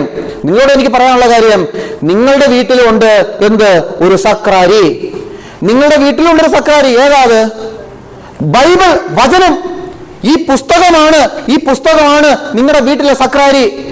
ഈ പുസ്തകം, ഈ സക്രാരിയിൽ ഈശോയെ നിങ്ങൾ കാണുന്നു. ഈ പുസ്തകത്തില് ഈശോയെ നിങ്ങൾ കേൾക്കുന്നു. ഈ സക്രാരിയിലെ ഈശോയെ നിങ്ങൾ നാമം നീട്ടി സ്വീകരിക്കുന്നു. ഈ പുസ്തകത്തിലെ ഈശോയെ അവന്റെ ശബ്ദത്തിലൂടെ നിങ്ങൾ വായിക്കുമ്പോൾ ആ ദൈവവചനത്തിന്റെ ശബ്ദത്തിലൂടെ ഈശോയെ നിങ്ങൾ സ്വീകരിക്കുന്നു. അങ്ങനെ ഈ സക്രാരിയിലെ ഈശോ എങ്ങനെയുണ്ടോ അതേ സ്വഭാവത്തില്, അതേ ശക്തിയില് ഈ പുസ്തകത്തില്, നിങ്ങളുടെ വീട്ടിലെ സക്രാരിയായ ഈ പുസ്തകത്തില് ഈശോ ഉണ്ട്. ഇതിനു മുമ്പിൽ എന്റെ മക്കളെ ഒന്ന് ഇരിക്കാനും ഇത് തുറക്കാനും വായിക്കാനും ക്രിസ്ത്യാനിക്ക് സമയം കിട്ടുന്നില്ലെങ്കിൽ പിന്നെ ഞാൻ എങ്ങനെ ഈശോയുടെ കൂടെ ജീവിക്കുന്നത് പറയാൻ കഴിയും? അതുകൊണ്ട് എന്റെ മക്കളെ ഒരു കാര്യം മനസ്സിലാക്കണേ, കർത്താവിന് മുമ്പിൽ ഇരിക്കാൻ കിട്ടുന്ന സമയം ഒന്നും കളയരുത്. തമ്പുരാൻ നോക്കിക്കൊള്ളുന്നു നിങ്ങളെ, കർത്താവ് നോക്കിക്കോളൂ. കർത്താവിന്റെ കൂടെ ഇരിക്കുന്നവനെ കർത്താവ് കൈവിടില്ല. അത് നിങ്ങൾ വിശ്വസിച്ചോണം. തമ്പുരാനെ നോക്കുന്നവനെ തമ്പുരാൻ നോക്കാതിരിക്കില്ല. കർത്താവേ എന്ന് ചങ്കുകൊട്ടി വിളിക്കുന്നവന്റെ അടുക്കലേക്ക് വന്നിട്ട് അവന്റെ പേര് ചൊല്ലി വിളിക്കുന്ന ഒരു ദൈവമാണ് നമ്മുടെ ദൈവം. ഹല്ലേലൂയ. അതുകൊണ്ട് പറ്റുന്ന സമയങ്ങളിലൊക്കെ ഇരിക്കണം. ഇനി എപ്പോഴാ പറ്റുന്നേ? അതാണ് അടുത്ത ചോദ്യം. ഇനി എപ്പോഴാ അച്ഛാ പറ്റുന്നത്? രാവിലെ 5:30 എഴുന്നേക്കും. 6:30 എൻ്റെ മക്കളെ സ്കൂളിൽ വിടണം. 5:30 എഴുന്നേറ്റിട്ടാണ് ഇതെല്ലാം ചെയ്യുന്നത്. ജോലിയെല്ലാം ചെയ്ത് മക്കളെ സ്കൂളിൽ വിട്ട് ഭർത്താവിനെ ഓടിച്ചു വിട്ട് ഇല്ലേ, എന്നിട്ടാണ് ഇല്ലേ. ഇതിൻ്റെ ഇടയ്ക്ക് എപ്പോഴാ? അത് കഴിഞ്ഞിട്ട് പിന്നെ ബാക്കി ഇനി വീട്ടിലെ കാര്യങ്ങൾ, വീട് തുടയ്ക്കണം, മുറി തുടയ്ക്കണം ഇല്ലേ, മക്കളുടെ ഡ്രസ്സ് കഴുകണം. ഇതെല്ലാം കഴിയുമ്പോൾ ഉച്ചയാകുമ്പോൾ വിശക്കും, ഉച്ചയ്ക്ക് കഴിക്കും. ഉച്ചയ്ക്ക് കഴിക്കുമ്പോൾ ഉറക്കം വരും, ഉറങ്ങും ഇല്ലേ. എപ്പോഴാ അച്ഛാ പ്രാർത്ഥിക്കാൻ സമയം ഇല്ലേ? ഒരു കാര്യം മനസ്സിലാക്കണേ, നിങ്ങളൊന്ന് ഒരാളെ നോക്കുന്നേ. അപ്പോൾ അതായത് ഉൽപ്പത്തി പുസ്തകത്തിൽ ആദത്തെയും ഹൗവയും കർത്താവ് മെനഞ്ഞുണ്ടാക്കി വചനം എഴുതി വെക്കുന്നുണ്ട്. സന്ധ്യയായപ്പോൾ ദൈവം നടക്കുന്ന ശബ്ദം ആദവും ഹൗവയും കേട്ടു. അതായത് എല്ലാ സന്ധ്യാസമയങ്ങളിലും ആര് ആദത്തിന്റെ ഹൗവയുടെ അടുക്കൽ വരുന്നുണ്ട്? ദൈവം. അങ്ങനെയാണെങ്കിൽ എൻ്റെ മക്കളെ, നമ്മുടെയൊക്കെ ജീവിതത്തിലും ഒരു സന്ധ്യാസമയമുണ്ട്. അത് ഓരോ വ്യക്തികളുടെയും തിരക്കനുസരിച്ചിരിക്കും. ചില വ്യക്തികൾക്ക് രാത്രിയിലായിരിക്കും സന്ധ്യാസമയം, ചില വ്യക്തികൾക്ക് ഉച്ചയ്ക്കായിരിക്കും, ചില വ്യക്തികൾക്ക് ചിലപ്പോൾ വെളുപ്പിനായിരിക്കും. അതുകൊണ്ട് ചിലർ പറയുന്നുണ്ട്, അച്ഛാ ഞാൻ വെളുപ്പിന് 3 മണിക്ക് അലാറം വെച്ച് എഴുന്നേറ്റ് കരുണക്കൊന്ത ചൊല്ലും, കുരിശിൻ്റെ വഴി നടത്തും. ആ വ്യക്തിയെ സംബന്ധിച്ച് അതാണ് അവൻ്റെ സന്ധ്യാസമയം. അത് കഴിഞ്ഞാൽ പിന്നെ അവൻ മറ്റു തിരക്കിലേക്ക് പോവാം. മനസ്സിലായോ? അതാ പറയുക, ഓരോ വ്യക്തിയുടെ ജീവിതത്തിലും സന്ധ്യാസമയം അവൻ്റെ തിരക്കനുസരിച്ച് മാറ്റപ്പെട്ടിരിക്കും. ആ സന്ധ്യാസമയം ഞാൻ കണ്ടെത്തിയിട്ട് എൻ്റെ മക്കളെ കർത്താവിൻ്റെ കൂടെ ഇരിക്കാനായിട്ട് ശ്രമിക്കണം, ആഗ്രഹിക്കണം. ഹല്ലേലൂയ, യേശുവേ സ്തോത്രം. അതുകൊണ്ടാണ് നമ്മൾ പറയുന്നത്, തുടക്കത്തിൽ പറഞ്ഞത്, നമ്മൾ വചനം കേൾക്കുമ്പോൾ ഈ വചനം എന്നിൽ സംഭവിക്കണമെങ്കിൽ ഞാൻ കർത്താവിൻ്റെ കൂടെ ഇരിക്കണം. ഇരുന്നാൽ മാത്രം പോരാ, വചനം കേൾക്കണം. കേട്ടാൽ മാത്രം പോരാ, വചനം എന്നിൽ സംഭവിക്കാൻ വേണ്ടി ആഗ്രഹിക്കണം. ഞാൻ ആ ദൈവവചനത്തിന് മുമ്പിൽ ഒരു യെസ് പറയണം. ഇത് ഇത്രയും സംഭവിക്കാതിരുന്നാൽ എന്താ പ്രശ്നം എന്നറിയാമോ? ഇത്രയും നടന്നിട്ടില്ല, അല്ലെങ്കിൽ ഇതിലേതെങ്കിലും ഒരെണ്ണം നടന്നില്ല. അപ്പോൾ എന്ത് പറ്റുമെന്നറിയാമോ? അതാണ് പ്രഭാഷകൻ 30:18. ഒന്നെടുക്കാമോ? പ്രഭാഷകൻ 30:18. പ്രഭാഷകൻ 30:18. അവിടെ പിന്നെ വചനം കേൾക്കാൻ ആഗ്രഹമില്ലാത്ത ഒരാളോട് വചനം പറഞ്ഞാൽ എങ്ങനെ ഇരിക്കും? വിശപ്പില്ലാത്തവന് മുമ്പിൽ വിളമ്പിയ വിഭവങ്ങൾ ശവകുടീരത്തിൽ നിവേദിച്ച ഭക്ഷണപദാർത്ഥങ്ങൾ പോലെയാണ്. ഹല്ലേലൂയ. കണ്ടോ? അതായത് ഇപ്പോൾ നമ്മുടെ ട്രസ്റ്റി രാഞ്ചാൻ കുഞ്ഞളമാമൻ നല്ല സൂപ്പർ ചിക്കൻ ബിരിയാണി ഉണ്ടാക്കി കൊടുത്ത്, ചിക്കൻ ബിരിയാണി നല്ല മൂക്കുമുട്ട കയറ്റിയിട്ട് നിൽക്കുമ്പോഴാണ് ഞാനൊരു നല്ല കോഴിമന്തിയായിട്ട് അങ്ങോട്ട് വരുന്നു. മന്തി വേണ്ട അച്ഛ, ഇപ്പം ഞാൻ ബിരിയാണി കഴിച്ചതേ ഉള്ളൂ. ഇല്ലേ? വിശപ്പുണ്ടോ? ഇല്ല. ഒരു ഇച്ചിരി സ്ഥലം ഉണ്ടായിരുന്നെങ്കിൽ ഒരു കടുകെങ്കിലും പൊട്ടിച്ചിട്ടേനെന്ന് പറയും വയറ്റിൽ. അത്രയും സ്ഥലമില്ല അച്ഛാ, അത്രമാത്രം ഞാൻ ബിരിയാണി കഴിച്ചു എന്ന് പറയും. ഇല്ലേ? അപ്പോൾ ആ മന്തി വേസ്റ്റായില്ലേ? ഞാൻ കൊണ്ടുവന്ന മന്തിയും വേസ്റ്റായി, എൻ്റെ പൈസയും വേസ്റ്റായി. ഇല്ലേ? ഇതേപോലെയാണ് വചനം. അതായത് എനിക്ക് ആഗ്രഹമില്ല, എനിക്ക് അതിനുള്ള താല്പര്യമില്ല. വചനം അവർ പറഞ്ഞോട്ടെ, ഞാൻ വെറുതെ ഇങ്ങനെ നിന്നോളാം. ഈ ഒരു മനോഭാവത്തോടുകൂടിയാണ് ഞാൻ വചനം കേൾക്കാൻ നിൽക്കുന്നതെങ്കിൽ എൻ്റെ മക്കളെ, വിശപ്പില്ലാത്തതിന് മുമ്പിൽ ഭക്ഷണം വിളമ്പുന്നത് എങ്ങനെയാ? ശവകുടീരത്തിൽ നിവേദിച്ച ഭക്ഷണം പോലെ. അതായത് നല്ല മാർബിളിട്ട് ഉണ്ടാക്കി നിർമ്മിച്ച ഒരു ശവകുടീരം, നല്ല ഭംഗിയുള്ള പൂക്കളും കായ്കളും ഒക്കെ കൊത്തി ഉണ്ടാക്കി നല്ല സൂപ്പർ പേരൊക്കെ എഴുതിയ ആ അകത്ത് കിടക്കുന്ന ആളുടെ നല്ലൊരു ചിരിക്കുന്ന ഫോട്ടോ ഒക്കെ വെച്ച് നല്ലൊരു ശവകുടീരം അവിടെ കൊണ്ടുവന്ന് നല്ലൊരു ഞാൻ പറയുന്ന ഈ മന്തി കൊണ്ടുവന്ന് അവിടെ വെച്ച ആ മന്തി അവിടെ ഇരുന്ന് കാക്ക കൊത്തി കൊണ്ടുപോകുന്നല്ലാതെ വല്ല പ്രയോജനമുണ്ടോ? ഇല്ല. അപ്പോൾ നമ്മുടെ ജീവിതത്തിൻ്റെ എല്ലാ കാര്യങ്ങളും ബൈബിളിലുണ്ട്. നമ്മുടെ ജീവിതത്തിൻ്റെ തകർച്ചകൾ, നമ്മുടെ ജീവിതത്തിലെ ഉയർച്ചകൾ, ഇതെല്ലാം പറഞ്ഞു തരുന്ന അനേക വാക്യങ്ങൾ ബൈബിളിലുണ്ട് കേട്ടോ. അതുകൊണ്ട് നമ്മൾ വചനം കേൾക്കുമ്പോഴൊക്കെ ആഗ്രഹം വേണം. വിശുദ്ധ കുർബാനയ്ക്ക് വരുമ്പോൾ എൻ്റെ മക്കളെ, വിശുദ്ധ കുർബാനയ്ക്ക് വരുമ്പോൾ ആഗ്രഹത്തോടെ വരണം. അല്ലാതെ ഞായറാഴ്ചയാണല്ലോ പോണമല്ലോ അങ്ങനെ വിചാരിച്ച് വരല്ലേ, മനസ്സിലായോ? അല്ലെങ്കിൽ എന്താ പറയുന്നത്, ഓക്കെ, വേറെ പല വിചാരം. നേരത്തെ പറഞ്ഞില്ലേ, പ്രാർത്ഥിക്കാൻ തോന്നില്ല വെച്ചാൽ. കാരണം എന്താ, മുമ്പിൽ ഇരിക്കുന്നവരുടെ കോപ്രായം കാണുമ്പോൾ ഞാൻ എങ്ങനെ വെച്ചാൽ പ്രാർത്ഥിക്കുന്നത്? അങ്ങനെ മുമ്പിൽ ഇരിക്കുന്നവരെ നോക്കാനല്ല വരുന്നത്, അവരെക്കാളും മുമ്പിൽ ഇരിക്കുന്ന കർത്താവിനെ നോക്കാൻ വേണം ആര് വരേണ്ടത്? ഞാൻ വരേണ്ടത്. എൻ്റെ മുമ്പിൽ ഇരിക്കുന്നവരല്ല, എൻ്റെ മുമ്പിൽ ഇരിക്കുന്ന ഒരു കർത്താവുണ്ട്. ആ കർത്താവിനെ കാണാൻ ഞാൻ പള്ളി വരണം. അങ്ങനെ ആ ഒരു ആഗ്രഹത്തോടെ വരുമ്പോഴാണ് എൻ്റെ മക്കളെ, എൻ്റെ മുമ്പിൽ വിളമ്പുന്ന ഈ ഭക്ഷണം എനിക്ക് സ്വാദ് തരൂ. ഹല്ലേലൂയ. എൻ്റെ മുമ്പിൽ വിളമ്പുന്ന ഈ വചനമാകുന്ന ഈ ഭക്ഷണം എൻ്റെ വിശപ്പ് മാറ്റൂ. എൻ്റെ മുമ്പിൽ വിളമ്പുന്ന ഈ വചനമാകുന്ന ഈ ഭക്ഷണം എന്നെ മുമ്പോട്ട് ജീവിക്കാനുള്ള ബലം തരൂ. ഇല്ലെങ്കിൽ അത് പോകും, നഷ്ടപ്പെട്ടു പോകും. കേൾക്കും, ഈ ചെവി കൂടെ കേട്ട് ഈ ചെവി കൂടെ അങ്ങ് പോകും. മനസ്സിലായോ? ആഗ്രഹത്തോടെ നമ്മുടെ ഈ വചനം കേൾക്കാനായിട്ട് വരണം. നമുക്ക് എഴുന്നേറ്റ് നിൽക്കാം.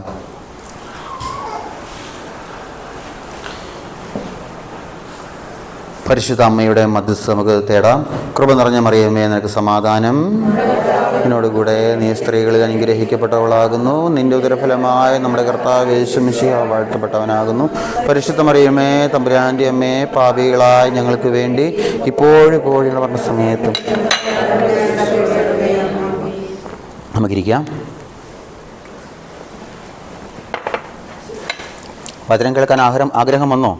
അതോ ഉള്ളതും കൂടെ പോയോ? ഉള്ളതും കൂടെ പോയോ?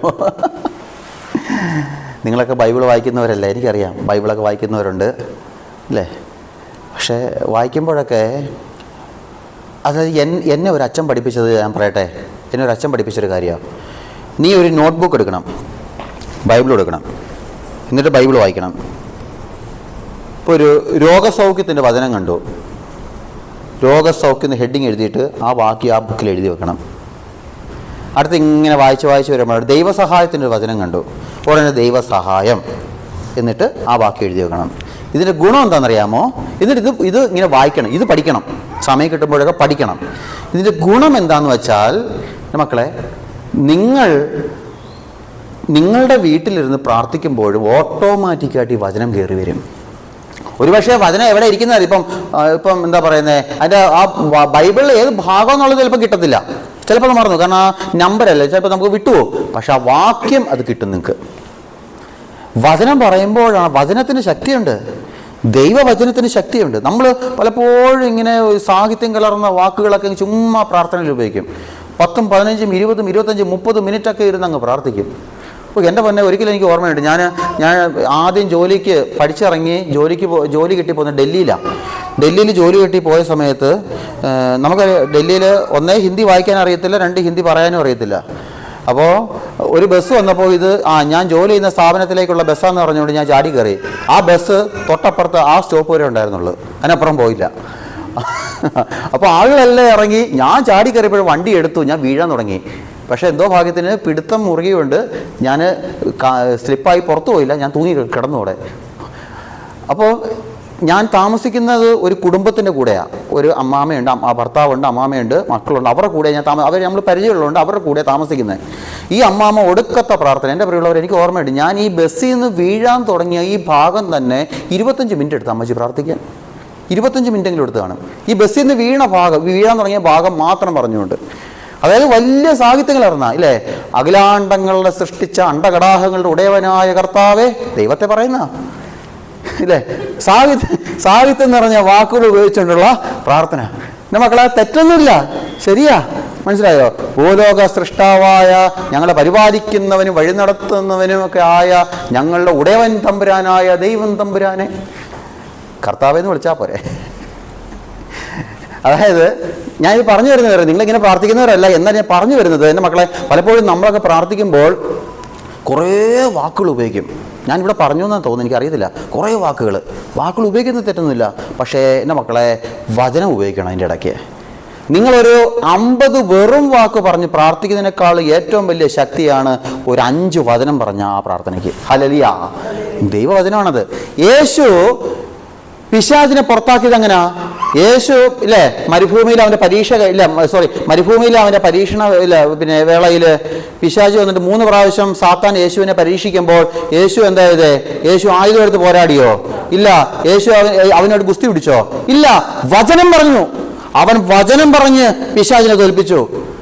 അവൻ വചനം പറഞ്ഞ് രോഗികളെ സുഖപ്പെടുത്തി. അതാ പറയുന്നത്, വചനം ബൈബിൾ പഠിപ്പിക്കുന്നതാണ്. യേശു വചനം പറഞ്ഞ് രോഗികളെ സുഖപ്പെടുത്തിയെന്നാ. എന്തുകൊണ്ട് എൻ്റെ മക്കളെ, വിശുദ്ധ കുർബാന നമ്മൾ ഒരു നിയോഗം കൊടുത്താൽ അത് സംഭവിക്കുന്നതിന് കാരണം എന്താ? വിശുദ്ധ കുർബാന എന്ന് പറയുന്നത് ദൈവവചനത്തിന്റെ ഒരു ചങ്ങലയാണ്. വിശുദ്ധ കുർബാന ചുമ്മാതെ ഒരാൾ രാവിലെ ഉറക്കം എഴുന്നേറ്റ് പല്ലുപോലും തേക്കാതെ എഴുതിയുണ്ടാക്കിയ പ്രാർത്ഥനയല്ല. ദൈവവചനം കോർത്തിണക്കി വെച്ചിരിക്കുന്ന ചങ്ങലയാണ് വിശുദ്ധ കുർബാന എന്ന് പറയുന്നത്. അതുകൊണ്ടാണ് വിശുദ്ധ കുർബാന നമ്മൾ പങ്കെടുക്കുമ്പോൾ നമുക്കൊരു അനുഭവം കിട്ടുന്നത്. വിശുദ്ധ കുർബാനയിൽ നമ്മൾ സംബന്ധിക്കുമ്പോൾ നമുക്കൊരു അനുഗ്രഹം കിട്ടുന്നതിന്റെ കാരണം എന്തുകൊണ്ടാ? വചനമാ മുഴുവൻ. വചനം. അപ്പോൾ നമ്മൾ പ്രാർത്ഥിക്കുമ്പോഴും നമ്മൾ എന്ത് ചെയ്യണം? ഈ വചനം നമ്മൾ പറയണം. വചനം പറയണം. അങ്ങനെ വചനം പറയണത് എന്ത് ചെയ്യണം? എൻ്റെ ഉള്ളിൽ ഈ വചനം ഉണ്ടാകണം. ഇനി ഉണ്ടായാൽ മാത്രം മതിയോ? പോരാ. എൻ്റെ ഉള്ളിലുള്ള ഈ ദൈവവചനം അനുസരിച്ച് ഞാൻ ജീവിക്കണം. അപ്പോഴേ എനിക്ക് മറ്റുള്ളവർക്ക് വചനം കൊടുക്കാൻ കഴിയൂ. എൻ്റെ ഉള്ളിലുള്ള ഞാൻ വായിച്ച് എൻ്റെ ഉള്ളിൽ സ്റ്റോർ ചെയ്ത ഈ വചനം അതനുസരിച്ച് ഞാൻ ജീവിക്കുമ്പോഴേ എനിക്ക് എൻ്റെ ജീവിതം കൊണ്ടും എൻ്റെ സംസാരം കൊണ്ടും എൻ്റെ പ്രവൃത്തി കൊണ്ടും ദൈവവചനത്തെ മറ്റുള്ളവർക്ക് കൊടുക്കാൻ കഴിയൂ. ക്രിസ്ത്യാനി അങ്ങനെയാ ജീവിക്കണ്ടേ. അല്ലാതെ കുർബാനയ്ക്ക് വന്നു എൻ്റെ മക്കളെ പലപ്പോഴും സങ്കടത്തോടെ, ഞാനിപ്പം ഒരു ധ്യാനം കഴിഞ്ഞ് വന്നേ ഒരു പള്ളിയിലെ, ആഘോഷത്തിന് ഒരു കുറവുമില്ല. മനസ്സിലായോ? എല്ലാ ആഘോഷങ്ങളും ഉണ്ട്. പള്ളി നിറച്ച് ഇല്ലേ, ഞാൻ എൻ്റെ ഫോട്ടോ അയച്ചു തന്നാൽ അതുകൊണ്ട് നിങ്ങൾ കാണാൻ വേണ്ടിയാ. പള്ളി നിറച്ച് ലൈറ്റ്, റോഡിലെ ലൈറ്റ്, അപ്പുറത്തെ ജംഗ്ഷൻ വരെ. എനിക്ക് പേടിയായിരുന്നു, ദൈവമേ ഞാൻ ഈ പറയുമ്പോൾ ഇനി നാട്ടുകാർക്ക് ഇഷ്ടമില്ലെങ്കിൽ അവരെ കാണാൻ വണ്ടി വിളിച്ചാൽ അടിക്കാൻ വരുമെന്ന് പേടി. കാരണം തൊട്ടപ്പുറത്തെ ജംഗ്ഷൻ വരെ ബോക്സാ. എന്നാൽ പോലും ദൈവം സഹായിച്ച് നല്ലോണം പറയാൻ പറ്റി. യേശുവാണ് ഏക ദൈവം എന്നൊക്കെ പറഞ്ഞു. ആരും വന്നില്ല. വന്നിരുന്നെങ്കിൽ ദൈവമേ സന്തോഷിച്ചേനെ. കാരണം യേശുവാണ് ഏക ദൈവം എന്ന് പറഞ്ഞ ഒരു അടി കിട്ടിയ അത്രയും സന്തോഷം. മനസ്സിലായോ? അപ്പോൾ ബാക്കി എല്ലാ കാര്യങ്ങൾക്കും ഓടി നടക്കുക. വിശുദ്ധ കുർബാന നടക്കുന്ന സമയത്ത് പുറത്ത് തോരണം കിട്ടുക പള്ളിയുടെ മുമ്പിൽ. വിശുദ്ധ കുർബാന നടക്കുന്ന സമയത്ത് ആണ് പള്ളി അലങ്കാരം. ഇത് കണ്ടുകൊണ്ടാ പറഞ്ഞേ. അപ്പോൾ എങ്ങനെ മക്കളെ ഈ വചനം ജീവിക്കുന്നേ? അല്ലേ? അത് പറഞ്ഞ നമ്മൾ പലപ്പോഴും മറ്റുള്ള കാര്യങ്ങൾക്ക് പ്രാധാന്യം കൊടുക്കുമ്പോൾ വചനത്തിന് നമ്മൾ പ്രാധാന്യം കൊടുക്കുന്നില്ല എന്ന് നമ്മൾ തിരിച്ചറിയണം. ഹല്ലേലൂയ. അത് എൻ്റെ ജീവിതം ആയിക്കോട്ടെ, എൻ്റെ ജീവിതം അങ്ങനെ തന്നെ. മറ്റുള്ളവയ്ക്കെല്ലാം ഞാൻ പ്രാധാന്യം കൊടുക്കുന്നുണ്ട്. പക്ഷെ ദൈവവചനത്തിന് ഞാൻ എത്രമാത്രം പ്രാധാന്യം കൊടുക്കുന്നുണ്ട്? നമ്മൾ പ്രാധാന്യം കൊടുക്കണം. ദൈവവചനത്തിന് പ്രാധാന്യം കൊടുക്കണം. വചനം അനുസരിച്ച് ജീവിക്കണം. അങ്ങനെ ദൈവവചനം വായിക്കുകയും ദൈവവചനം അനുസരിച്ച് ജീവിക്കുകയും ചെയ്യുന്നവരെ ദൈവം അനുഗ്രഹിക്കും എന്ന് ഞാൻ പറഞ്ഞല്ലോ അല്ലേ? ദൈവം അനുഗ്രഹിക്കും, ദൈവം വളർത്തും. അതിനു മുൻപൊരു കാര്യം ദൈവം ചെയ്യും. മനസ്സിലായി? ദൈവവചനം വായിക്കുന്നവരെയും ദൈവവചനം അനുസരിച്ച് ജീവിക്കുന്നവരെയും ദൈവം അനുഗ്രഹിക്കും, ദൈവം അവരെ വളർത്തും, ദൈവം തൻ്റെ കൈവെള്ളൽ അവരെ കൊണ്ടു നടക്കും. ശരിയാ. എന്നാൽ ഇതിനേക്കാൾ മുൻപേ ദൈവം ഈ കാര്യങ്ങളൊക്കെ ചെയ്യുന്നതിന് മുൻപേ മറ്റൊരു കാര്യം ദൈവം ചെയ്യും. അതെന്തായിരിക്കും? അത് മത്തായി 12:42. മത്തായി 12:42 നമ്മുടെ കർത്താവ് യേശു മെശിഹ ഒരു ചേട്ടത്തിയുടെ പേര് പറയുന്നുണ്ട്, ഒരു രാജ്ഞിയുടെ പേര്. മത്തായി 12:42. ഈ രാജ്ഞി വചനം കേൾക്കാൻ പോയൊരു രാജ്ഞിയാണ്. വചനം കേൾക്കാൻ പോയൊരു ഈ ഒരു ചേട്ടത്തിയെ കർത്താവ് ഈശോ ഓർത്ത് പറയുക. മനസ്സിലായോ? ഒന്ന് വായിക്കാമോ? മത്തായി 12:42. ദക്ഷിണദേശത്തെ രാജ്ഞി വിധി ദിവസം ഈ തലമുറയോടൊത്ത് ഉയർപ്പിക്കപ്പെടുകയും ഇതിനെ കണ്ടോ കുറ്റം വിധിക്കുകയും ചെയ്യും. അപ്പോൾ വചനം പറയുന്നത് എന്താ? ഈശോ പറയുക, ദക്ഷിണദേശത്തെ രാജ്ഞി വിധി ദിവസം ഈ തലമുറയെടുത്ത് ഉയർപ്പിക്കപ്പെടുകയും ഇതിനെ കുറ്റം വിധിക്കുകയും ചെയ്യും. എന്തെന്നാൽ എന്തുകൊണ്ടാ? എന്തെന്നാൽ സോളമന്റെ വിജ്ഞാനം ശ്രവിക്കാൻ അവൾ ഭൂമിയുടെ അതിർത്തികളിൽ നിന്ന് വന്നു. സോളമന്റെ വിജ്ഞാനം. ഈ സോളമന് ജ്ഞാനം കിട്ടിയത് എവിടുന്നാ? സോളമൻ കുഴി കുഴിച്ചുണ്ടാക്കിയതാണോ? ഭക്ഷണം കഴിച്ചുണ്ടാക്കിയതാണോ? അധ്വാനിച്ച് നേടിയാണോ? എങ്ങനാ സോളമൻ എവിടുന്ന് ജ്ഞാനം കിട്ടിയേ? ദൈവത്തിൽ നിന്ന് ജ്ഞാനം കിട്ടിയേ. കാരണം സോളമന് കർത്താവ് പ്രത്യക്ഷപ്പെട്ട് പറയുന്നുണ്ട്, സോളമ, നിന്റെ ജീവിതമൊക്കെ എനിക്ക് ഇഷ്ടപ്പെട്ടു, നല്ല കാര്യം. നിനക്ക് എന്താണ് വേണ്ടത്? നിനക്ക് സമ്പത്ത് വേണോ? നിനക്ക് പേരും പ്രശസ്തിയും വേണോ? നിനക്ക് എന്ത് വേണം? സോളമൻ എന്താ പറയുന്നത്? കർത്താവ്, എനിക്കൊന്നും വേണം, എനിക്ക് നിന്റെ ഈ ജനത്തെ നയിക്കാനുള്ള ജ്ഞാനം വേണം. വേറൊന്നും ജ്ഞാനം, അതായത് പരിശുദ്ധാത്മാവ്. അപ്പൊ പരിശുദ്ധാത്മാവ് കിട്ടുന്നത് സ്വർഗത്തിൽ നിന്നാ, കർത്താവിൽ, ഈശോയിൽ നിന്നാ. പിതാവായ ദൈവത്തിൽ നിന്ന് പുത്രനായ യേശു വഴിയാണ് നമ്മളിലേക്ക് പരിശുദ്ധാത്മാവ് ഇറങ്ങി വരുന്നത്. പരിശുദ്ധാത്മാവ് ലഭിച്ചത് സ്വർഗത്തിൽ നിന്ന് സോളമനിലേക്ക് ലഭിക്കുന്നു. പരിശുദ്ധാത്മാവ് സോളമനിൽ നിറഞ്ഞപ്പോൾ സോളമൻ പറയുന്ന ഓരോ വാക്കിലും എന്തുണ്ടായിരുന്നു? വചനമുണ്ടായിരുന്നു, ശക്തി ഉണ്ടായിരുന്നു. ആ വചനം കേൾക്കാനാണ് ആര് പോയത്? ദക്ഷിണദേശത്തെ രാജ്ഞി പോയത്. ഈ രാജ്ഞി ആരാ? 1 രാജാക്കന്മാർ 10:1 നിങ്ങൾ എടുത്താൽ മതി, ഞാൻ വായിച്ചുതരാം. 1 രാജാക്കന്മാർ 10:1 ഈ രാജ്ഞിയുടെ പേരാണ് ഷേബ രാജ്ഞി. നല്ല പേരാ, നിങ്ങളുടെ മക്കൾക്ക് കിട്ടോ ഷേബ. മനസ്സിലായോ? അപ്പോൾ ഈ ഷേബ രാജ്ഞിയാണ് ഈ സോളമനെ കാണാനായിട്ട് പോകുന്നത്. ഇതാരോർത്തു? യേശു ഓർത്തു. നോക്കണേ, ഈ രാജ്ഞി സോളമനെ കാണാൻ പോയി എന്ന സംഭവം കഴിഞ്ഞ് എത്ര വർഷങ്ങൾ കഴിഞ്ഞാണ് യേശു ഈ സംഭവം പറയുന്നത്, ഇല്ലേ? അതാ വചനം കേൾക്കുകയും വചനം ജീവിക്കുകയും ചെയ്യുന്ന വ്യക്തിയെ ആരോർക്കും? ദൈവം ഓർക്കും. ദൈവം ഓർക്കും. മനസ്സിലായോ? ഇനി അടുത്ത കാര്യം, ഇനി ദൈവം ഓർക്കും. ഈ ദൈവം ഓർത്തിട്ട് അടുത്ത് എന്ത് ചെയ്യും? ഞാൻ നേരത്തെ പറഞ്ഞില്ലേ, എന്ത് ചെയ്യും? ദൈവം ഓർത്തിട്ട് അടുത്ത് എന്ത് ചെയ്യും? അവനെ ഉയർത്തും. മനസ്സിലായോ? മറന്നോ എല്ലാവരും? ഇതെല്ലാം ഇങ്ങനെ കണക്ഷൻ. അതായത് നിങ്ങൾ ഇത്ര ശ്രദ്ധിക്കുക, ഒരു വ്യക്തി തമ്പുരാന്റെ മുമ്പിൽ സന്നിധിയിൽ വന്നു. അപ്പൊ നിങ്ങളൊക്കെ വന്നു. 1ാമത്തെ സ്റ്റെപ്പ് കഴിഞ്ഞു. 2ാമത്തെ സ്റ്റെപ്പ്, ഈ വന്ന നിങ്ങൾ എന്ത് ചെയ്തു? വചനം കേൾക്കുന്നു. ഇത് 2ാമത്തെ സ്റ്റെപ്പാ. ഈ വചനം കേൾക്കുന്ന നിങ്ങൾ എന്ത് ചെയ്യണം? ഇത് എന്നിൽ സംഭവിക്കണമെന്ന് ആഗ്രഹിക്കണം. 3ാമത്തെ സ്റ്റെപ്പ്, നിങ്ങൾ ആഗ്രഹിച്ചു. ഇനി ഈ ആഗ്രഹിച്ചാൽ മാത്രം പോരാ, ഇതനുസരിച്ച് ഞാൻ ജീവിക്കണം. 4ാമത്തെ കാര്യം, ഇതനുസരിച്ച് ജീവിക്കുമ്പോൾ അടുത്തത് എന്ത് ചെയ്യും? ഇതനുസരിച്ച് ജീവിക്കുന്ന നിങ്ങളെ കർത്താവ് ഓർക്കും. മനസ്സിലായോ? കർത്താവ് ഓർക്കും. ഇനി കർത്താവ് ഓർത്തിട്ട് അടുത്ത് എന്ത് ചെയ്യും? നിങ്ങളെ കർത്താവ് ഓർത്ത് കഴിയുമ്പോൾ കർത്താവ് നിങ്ങളെ അനുഗ്രഹിക്കും. അതുകൊണ്ടാണ് ഈശോ പറഞ്ഞത്, എൻ്റെ വാക്ക് നിങ്ങളിൽ നിലനിൽക്കുന്നുവെങ്കിൽ ഇഷ്ടമുള്ളത് ചോദിച്ചു കൊള്ളുക, നിങ്ങൾക്ക് ലഭിക്കും, നിങ്ങൾ ഏറെ ഫലം പുറപ്പെടുവിക്കുകയും ചെയ്യും. അതായത് കർത്താവ് നിങ്ങളെ ഓർത്താൽ അടുത്ത സ്റ്റെപ്പ്, ഈ കർത്താവ് നിന്നെ ഓർത്തതിന്റെ പേരിൽ തമ്പുരാൻ നിന്നെ ഉയർത്തും. കർത്താവ് നിന്നെ ഉയർത്തും. ഇതെല്ലാം ഇങ്ങനെ കണക്ട് ചെയ്താ വരുന്നേ. മനസ്സിലായോ? കർത്താവ് നിന്നെ ഉയർത്തും. അത് നല്ലൊരു സംഭവമുണ്ട്. ഉൽപ്പത്തി 6:8-9 നിങ്ങൾ എടുത്താൽ മതി, ഞാൻ പറഞ്ഞുതരാം. ഉൽപ്പത്തി 6:8-9 അവിടെ വചനം പറയുന്നുണ്ട്. എന്നാൽ ഉൽപ്പത്തി 8:1 വചനം പറയുന്നത് എങ്ങനെയാണ്? നോഹയെയും പെട്ടകത്തിലുണ്ടായിരുന്ന എല്ലാ ജീവികളെയും കർത്താവ് ഓർത്തു. കണ്ടോ? ഓർത്തു. അപ്പൊ കർത്താവ് ഓർത്താണ്ടോ? നോഹയെയും പെട്ടകത്തിൽ ജീവികളെയും കർത്താവ് ഓർത്തു. അപ്പോഴാണ് എന്ത് ചെയ്തത്? നോഹയെ ഓർത്തിട്ടാണ് അടുത്ത സ്റ്റെപ്പ് എന്താ? നോഹയുടെ ജീവിതത്തിൽ പെട്ടകത്തിൽ നിന്ന് പുറത്തു കൊണ്ടുവന്നു. മനസ്സിലായോ? നോഹയെ കർത്താവ് ഓർത്തു കഴിഞ്ഞപ്പോൾ അടുത്ത കർത്താവ് എന്താ ചെയ്തേ? കർത്താവ് നോഹയെ പെട്ടകത്തിൽ നിന്ന് പുറത്തേക്ക് കൊണ്ടുവന്നു. എൻ്റെ മക്കളെ, നോഹയുടെ പെട്ടകം, നോഹ വസിച്ചിരുന്ന പെട്ടകത്തിന്റെ ആ സ്ഥിതി എന്താ? 4 വശവും വെള്ളത്താൽ ചുറ്റപ്പെട്ട് അതിൻ്റെ മുകളിൽ ഉയർന്നു നിൽക്കുകയാണ് എന്ത്? ആ പെട്ടകം, ഇല്ലേ? ഒരു ലോകാവസാനം മുഴുവൻ സംഭവിച്ച സമയമാണ് എന്ത്? ആ പെട്ടകം. ഒരു തകർച്ച കണ്ടതാണ് എന്ത്? ഒരു തകർച്ച കണ്ട നിമിഷമാണ് എന്ത്? ആ പെട്ടകം. കണ്ണുനീരിന്റെയും വിലാപത്തിന്റെയും ജനത്തിന്റെയും വിലാപങ്ങൾ ഉയർന്നു പൊങ്ങിയ നിമിഷങ്ങളെ കണ്ടതാണ് എന്ത്? ആ പെട്ടകം. അങ്ങനെയുള്ള ഒരു പെട്ടകം. സൂര്യൻ അസ്തമിച്ചു പോയ ദിനമാണ് ആ പെട്ടകം. എല്ലാവരും കൈവിട്ടുപോയ നിമിഷമാണ് ആ പെട്ടകം. ഇങ്ങനെയുള്ള ആ പെട്ടകത്തിൽ കിടക്കുന്ന നോഹയെ ആരോർത്തു? ദൈവം ഓർത്തു. പിന്നീട് ആ പെട്ടകത്തിൽ നിന്ന് നോഹയെ കർത്താവ് തിരിച്ച് പുറത്തേക്ക് കൊണ്ടുവന്നു. ഹല്ലേലൂയ, ഹല്ലേലൂയ, യേശുവേ സ്തോത്രം. യോനയുടെ കാര്യം എടുത്തു. യോന 3 ദിവസം മത്സ്യത്തിന്റെ ഉള്ളിലായിരുന്നു യോന. അതിനെ എഴുതി വെക്കുന്നുണ്ട്, യോനയെ കർത്താവ് ഓർത്തു.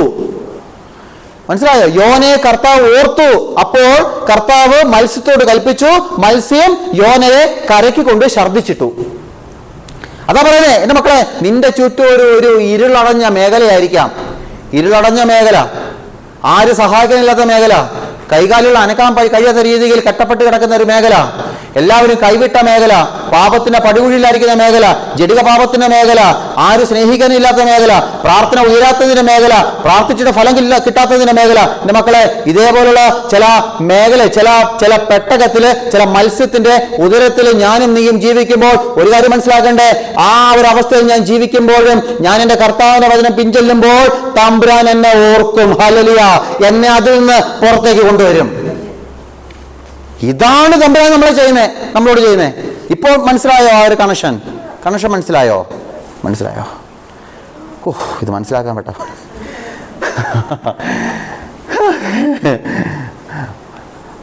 നമുക്കൊന്ന് എഴുന്നേറ്റിരിക്കാം. എത്ര മണിയായി? 11:30. ഒരു കാര്യം കൂടെ പറഞ്ഞ് നമുക്ക് നിർത്താം. കൃപ നിറഞ്ഞ മറിയമേ, നിനക്ക് സമാധാനം. നീ സ്ത്രീകളിൽ അനുഗ്രഹിക്കപ്പെട്ടവളാകുന്നു. നിന്റെ ഉദരഫലമായ നമ്മുടെ കർത്താവ് യേശു മിശിഹ വാഴ്ത്തപ്പെട്ടവനാകുന്നു. പരിശുദ്ധ മറിയമേ, തമ്പുരാൻ്റെ അമ്മേ, പാപികളായ ഞങ്ങൾക്ക് വേണ്ടി ഇപ്പോഴെപ്പോഴും ഞങ്ങളുടെ മരണസമയത്തും തമ്പുരാനോട് അപേക്ഷിക്കണമേ. ആമേൻ. നമുക്കിരിക്കാം. യോഹന്നാൻ 14:23. കർത്താവ് ഓർത്തു, കർത്താവ് അവനെ സഹായിച്ചു. ഇനി കർത്താവ് സഹായിക്കുന്നത് ചുമ്മാ ആകാശത്തു നിന്ന് കുറേ മാജിക് കാണിച്ചല്ല കർത്താവ് സഹായിക്കുന്നത്. ഓക്കെ, ഇപ്പം ഇതിനൊക്കെ ഓരോരുത്തർ നോക്കുമ്പോൾ, കർത്താവ് നോക്കുമ്പോൾ വചനമനുസരിച്ച് പാപം ചെയ്യാതെ ജീവിക്കുന്ന ഒരു ദൈവ പൈതൽ ഇരുന്നുകൊണ്ട് പറയാറ്. അല്ലെങ്കിൽ ഇപ്പം ഉണ്ട് നമ്മുടെ റീബ ഇവിടെ ഇരിക്കുന്ന റീബ പരീക്ഷയ്ക്ക് ഇങ്ങനെ പഠിച്ചിട്ട് ചില തലയിൽ കയറുന്നില്ല. മനസ്സിലായോ? കണ്ടോ, ചിലത് കയറുന്നില്ല. അപ്പോൾ അങ്ങനെ ഇരിക്കുമ്പോഴാണ് കർത്താവ് നോക്കുമ്പോൾ വചനമൊക്കെ അനുസരിച്ച് പാപം ചെയ്യാതെ ജീവിക്കുന്ന റീബ ഇരുന്നുകൊണ്ട് പ്രാർത്ഥിക്കുക, കർത്താവേ എന്നെ പരീക്ഷയ്ക്ക് ജയിപ്പിക്കണേ. കർത്താവ് ഉടനെ സ്വർഗത്തിൽ നിന്ന് ഓക്കെ നീ ജയിക്കട്ടെ ഇങ്ങനെ പറഞ്ഞ് അങ്ങ് ഒരു മാജിക് കാണിക്കുമല്ല. എങ്ങനെ ജയിപ്പിക്കുന്നറിയാമോ? അതാണ് യോഹന്നാൻ 14:23. എടുക്ക, വായിക്കേ. യേശു പ്രതിവചിച്ചു, എന്നെ സ്നേഹിക്കുന്നവൻ എൻ്റെ വചനം പാലിക്കും, അപ്പോൾ എൻ്റെ പിതാവ് അവനെ സ്നേഹിക്കും, ഓർക്കും. എന്നിട്ട് ഞങ്ങൾ അവന്റെ അടുത്ത് വന്ന് അവരിൽ വാസം ഉറപ്പിക്കും. ഹല്ലേലൂയ. അപ്പൊ എങ്ങനെയാ നമ്മളെ സഹായിക്കുന്നേ? തമ്പുരാൻ സഹായിക്കുന്നത് എങ്ങനെയാ? സ്വർഗത്തിൽ നിന്ന് ഓക്കേടാ നിനക്ക് സംഭവിക്കട്ടെ, നീ ജയിക്കട്ടെ, അങ്ങനെയാണോ? അല്ല നിന്റെ രോഗം മാറട്ടെ, അങ്ങനെയാണോ? അല്ല, തമ്പുരാൻ എൻ്റെ അടുത്ത് വരുന്നേ, എൻ്റെ അടുത്ത് വരും. എൻ്റെ വീടൊരു ചെറ്റക്കൂടിലായിക്കോട്ടെ, തമ്പുരാൻ വരും. കർത്താവിന് ചെറ്റക്കൂടിലെന്നോ ബംഗ്ലാവെന്നോ ഒന്നുമില്ല. എവിടെ ഇരുന്ന് ഒരു കുഴി കിടന്ന് പ്രാർത്ഥില്ലേ? മത്സ്യത്തിന്റെ ഉദരത്തിൽ കിടന്ന് യോന പ്രാർത്ഥിച്ചേ, അവിടെയാണ് കർത്താവ് ഇറങ്ങിപ്പോയെ. പെട്ടകത്തിൽ ഇരുന്ന നോഹ പ്രാർത്ഥിച്ചേ, അവിടെ കർത്താവ് ഇറങ്ങിപ്പോവാ ഇല്ലേ? അതാ പറയുന്നത്, എവിടെയും കാലിത്തൊഴുത്തിൽ പിറന്നവനല്ല എൻ്റെ മക്കളെ നമ്മുടെ കർത്താവ്. കാലിത്തൊഴുത്തിൽ പിറന്നവൻ ഏത് ചെറ്റക്കൂടിലിരുന്ന് ഒരു കണ്ണുനീരൊഴുകി ഒരു ദൈവ പൈതൽ പ്രാർത്ഥിച്ചാലും ആ കുടിലിനുള്ളിലേക്ക് നമ്മുടെ കർത്താവ് ഇറങ്ങി വരും. ഹല്ലേലൂയ. അതുകൊണ്ട് മനസ്സിലാക്കേണ്ട ഒരു കാര്യം, കർത്താവ് ഓർത്തു, കർത്താവ് നമ്മളെ സഹായിക്കുന്നു. എങ്ങനെ സഹായിക്കുന്നു? നമ്മുടെ ഈശോ തന്നെ പറയുന്നുണ്ട്, ഞങ്ങൾ. ഈ ഞങ്ങൾ എന്ന് പറഞ്ഞ ആരാ? ഞങ്ങൾ. യേശു പറയും ഞങ്ങൾ അവൻ്റെ അടുത്ത് വരും. ഈ ഞങ്ങൾ ആരാ? പിതാവ്, പുത്രൻ, പരിശുദ്ധാത്മാവ്. പരിശുദ്ധ തൃത്വം വരും. പരിശുദ്ധ തൃത്വം എൻ്റെ അടുത്ത് വരും. Hallelujah, hallelujah. ഈ ഒരു സന്തോഷം വേറെ ഒരു മതത്തിലും പറയത്തില്ല. ഇങ്ങനൊരു സന്തോഷ വാർത്ത വേറെ ഒരു മതത്തിലുമില്ല. ഞങ്ങൾ അവൻ്റെ അടുത്ത് വരുമെന്ന്, ഞങ്ങൾ അവൻ്റെ കൂടെ വസിക്കുമെന്ന്. മനസ്സിലായോ? ഞങ്ങൾ അവൻ്റെ കൂടെ വസിക്കും, ഞങ്ങൾ അവൻ്റെ അടുത്ത് വരും. പരിശുദ്ധ തൃത്വം നമ്മുടെ കൂടെ വരും. അങ്ങനെ പരിശുദ്ധ തൃത്വം വന്നു, നമ്മളെ സഹായിച്ചു. ഇനി അടുത്ത നമ്മളൊരു സ്റ്റെപ്പുണ്ട്. എന്താണെന്നറിയാമോ? പരിശുദ്ധ തൃത്വം നമ്മുടെ കൂടെ വരുമ്പോൾ, നമ്മുടെ കൂടെ നിൽക്കുമ്പോൾ, നമ്മളെ സഹായിക്കുമ്പോൾ, എൻ്റെ മക്കളെ ഒരു കാര്യം ശ്രദ്ധിക്കണേ, നമ്മുടെ ജീവിതം തൃത്വത്തിന് ചേർന്ന ഒരു ജീവിതമായിക്കോണം. മനസ്സിലായോ? തൃത്വത്തിന് ചേർന്ന ജീവിതമായിക്കോണം. ദൈവത്തിന് ചേരാത്തൊരു ജീവിതം ജീവിക്കരുത്. കാരണം എൻ്റെ കൂടെ ആരുണ്ട്? കർത്താവുണ്ട്, എൻ്റെ കൂടെ ദൈവമുണ്ട്. ഉദാഹരണം പറയാൻ എൻ്റെ മക്കളെ ഒരു കാര്യം പറയട്ടെ.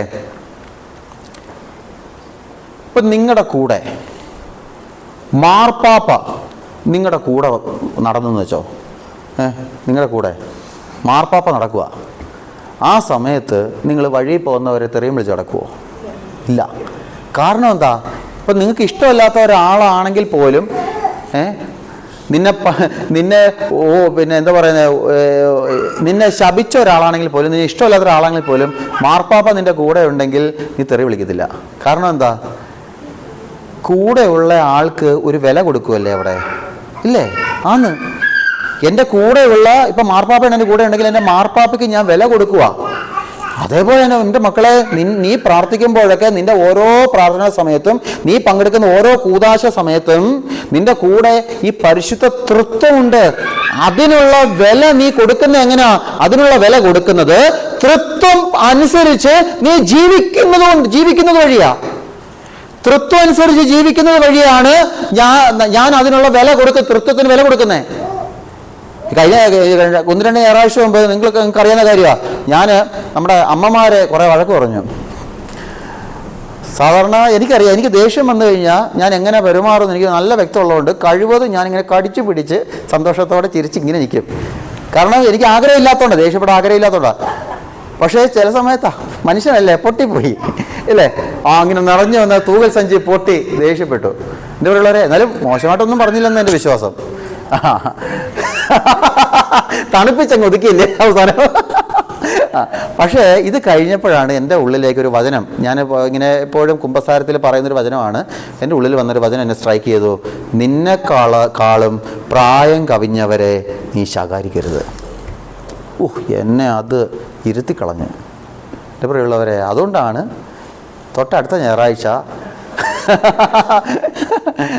മനസ്സിലായോ? അത് കാരണം തൃത്വം ആഗ്രഹിച്ചത് എന്താ? നിന്നെക്കാളും പ്രായം കവിഞ്ഞവരെ നീ ശകാരിക്കരുതെന്നാ. പക്ഷെ അതിന് വിപരീതമായിട്ട് ഞാൻ ചെയ്തു, ഇല്ലേ? അപ്പോൾ നിന്റെ മക്കളെ, അതൊരു പരിശുദ്ധ തൃത്വം ആഗ്രഹിക്കുന്ന പോലെ ജീവിക്കണം. പരിശുദ്ധ തൃത്വം ആഗ്രഹിക്കുന്ന പോലെ ജീവിക്കുന്നത് എങ്ങനെയാണെന്നറിയാമോ? അതായത് ഗലാത്യ 2:20 പൗലോസ്ലീഹ പറയുന്നുണ്ടെന്ന് എടുക്കാമോ? ഗലാത്യ 2:20 പൗലോസ്ലീഹ ദൈവത്തിന്റെ വലിയൊരു അഭിഷേകം, ഒരു അനുഭവം ലഭിച്ചപ്പോൾ ആ അനുഭവത്തിൽ നിന്നുകൊണ്ട് പിന്നെ പൗലോസ്ലീഹ എഴുതി വെക്കുന്ന ഒരു ലേഖനമാണ്, എഴുതി വെക്കുകയാണ്. ഗലാത്യ 2:20 എടുക്കാമോ? അതിനാൽ അല്ല 2:20 അത് എന്തെന്നാൽ ഞാൻ ക്രിസ്തുവിനോട് കൂടെ ക്രൂശിക്കപ്പെട്ടിരിക്കുന്നു. ഇനിമേൽ ഞാനല്ല ജീവിക്കുന്നത്, ക്രിസ്തുവാണ് എന്നിൽ ജീവിക്കുന്നത്. അപ്പൊ എൻ്റെ കൂടെ പരിശുദ്ധ തൃത്വം ഉള്ളപ്പോൾ അവിടെ എനിക്ക് പിന്നെ ഒരു വിലയില്ല. ഉദാഹരണം പറയാം, എൻ്റെ കൂടെ മാർപ്പാപ്പ വരിക, ഇല്ലേ? ഞാനും മാർപ്പാപ്പയും കൂടെ ഒരു വീട്ടിലേക്ക് പോകുമ്പോൾ ആ വീട്ടില് ഒരു നല്ല ഒരു സോഫയുണ്ട്, ഒരു തടിയുടെ ഒരു സ്റ്റൂളും ഉണ്ട്. സോഫ ആർക്ക് കൊടുക്കും? മാർപ്പാപ്പയ്ക്ക് കൊടുക്കും. തടിയുടെ സ്റ്റൂള് എനിക്ക് തരും, ഇല്ലേ? കാരണം എന്താ? ഞാൻ നിങ്ങളുടെ വികാരിച്ചനാ, ശരിയാ, സമ്മതിച്ചു. പക്ഷെ ആ സമയത്ത് ആർക്ക് പോയി ആ വില? മാർപ്പാപ്പയ്ക്ക് പോയി. മാർപ്പാപ്പയുടെ മുമ്പിൽ ഞാൻ നിൽക്കുമ്പോൾ ഞാൻ ഒന്നുമല്ല. മനസ്സിലായി? ഇതേപോലെ തന്നെ എൻ്റെ കൂടെ പരിശുദ്ധ തൃത്വം ഉള്ളപ്പോൾ ഞാൻ അവിടെ പിന്നെ ഒന്നുമില്ല. എൻ്റെ കൂടെ തൃത്വം, എൻ്റെ കൂടെ തമ്പുരാനുണ്ടെന്നേ, പിന്നെ തമ്പുരാനാണെല്ലാം. അങ്ങനെ കർത്താവ് എൻ്റെ കൂടെ ഉള്ളപ്പോഴാണ് പൗലോസ്ലീഹ എഴുതി വെക്കുവാണ്, ഇനിമേൽ ഞാനല്ല ജീവിക്കുന്നത്, പിന്നെയോ എന്നിൽ ക്രിസ്തു ജീവിക്കുന്നു. എൻ്റെ സ്വഭാവം ക്രിസ്തുവിൻ്റെതായിട്ട് മാറുന്നു. എൻ്റെ വാക്കുകൾ, എൻ്റെ പെരുമാറ്റം, എൻ്റെ പ്രവൃത്തി എല്ലാം ക്രിസ്തു ആഗ്രഹിക്കുന്നത് പോലെ ആകുന്നു. ഉദാഹരണം പറയുകയാണെങ്കിൽ നമുക്കറിയാം, വിശുദ്ധ കുർബാനയുടെ ഒരുക്ക ശുശ്രൂഷ സമയത്ത് മറ അടഞ്ഞു കിടക്കുന്നതുകൊണ്ട് നിങ്ങൾ കാണുന്നില്ല. ഒരുപക്ഷെ അൾത്താറിൽ നിൽക്കുന്ന കുഞ്ഞുങ്ങൾ അത് കാണും. വെളിവം നിറഞ്ഞൊരു ഈശോയോ അല്ലെ സ്വർഗാധിപതിയോ ആയിരിക്കും ആ പാട്ട് നിങ്ങൾ പാടുന്ന ആ സമയത്ത് വൈദികൻ അപ്പം ഒരുക്കും. അപ്പം ഒരുക്കുന്നത്, അപ്പം അത് മുറിക്കേണ്ട ഒരു ക്രമമുണ്ട്. ആ ക്രമത്തിൽ മുറിയാൻ വേണ്ടി അപ്പത്തിൽ പീലാസയം കൊണ്ട് അപ്പം അതനുസരിച്ച് വരയ്ക്കും. അത് കഴിഞ്ഞിട്ട് വീഞ്ഞൊരുക്കും. കാസയിൽ വീഞ്ഞൊഴിക്കും. വന്നിരിക്കുന്ന ജനത്തിന്റെ എണ്ണം അനുസരിച്ച് അനുസരിച്ചുള്ള അത്രയും അളവിൽ കാസയിൽ ഒഴിക്കും. വീഞ്ഞൊഴിച്ചിട്ട് അടുത്ത അച്ഛൻ ചെയ്യുന്ന പരിപാടിയാണ്, നമുക്കറിയാം അൾത്താരയിൽ ഒരു സ്പൂണുണ്ട്, കുർബാനയിൽ എപ്പോഴും കണ്ടില്ലേ, ആ സ്പൂൺ ഇങ്ങനെ ഇടയ്ക്ക് അച്ഛൻ പൊക്കി കാണിക്കത്തില്ലേ, സ്പൂണ്. ആ സ്പൂൺ എടുത്തിട്ട് ഒരു സ്പൂണ് വെള്ളം, സൈഡിൽ ഒരു കുഞ്ഞൊരു പാത്രമുണ്ട്, ആ പാത്രത്തിൽ ഒരു സ്പൂൺ വെള്ളം എടുത്തിട്ട് ഈ വീഞ്ഞിനകത്ത് ഒഴിക്കും അച്ഛൻ. അപ്പോൾ ഇതിനെല്ലാം പ്രാർത്ഥനയുണ്ട്, ചുമ്മാ അങ്ങ് ചെയ്യല്ല, ഓരോന്ന് ചെയ്യുമ്പോഴും പ്രാർത്ഥനയുണ്ട്. അപ്പൊ വീഞ്ഞൊഴിക്കുമ്പോൾ ഉള്ള പ്രാർത്ഥന എങ്ങനെയാണ്? കർത്താവേ, നിന്റെ ദൈവത്വം ഞങ്ങളുടെ മനുഷ്യത്വമായി ഒന്നു ചേർന്നതുപോലെ ഈ വെള്ളം ഈ വീഞ്ഞുമായി ഒന്നു ചേരാൻ നീ ഇടയാക്കണമേ.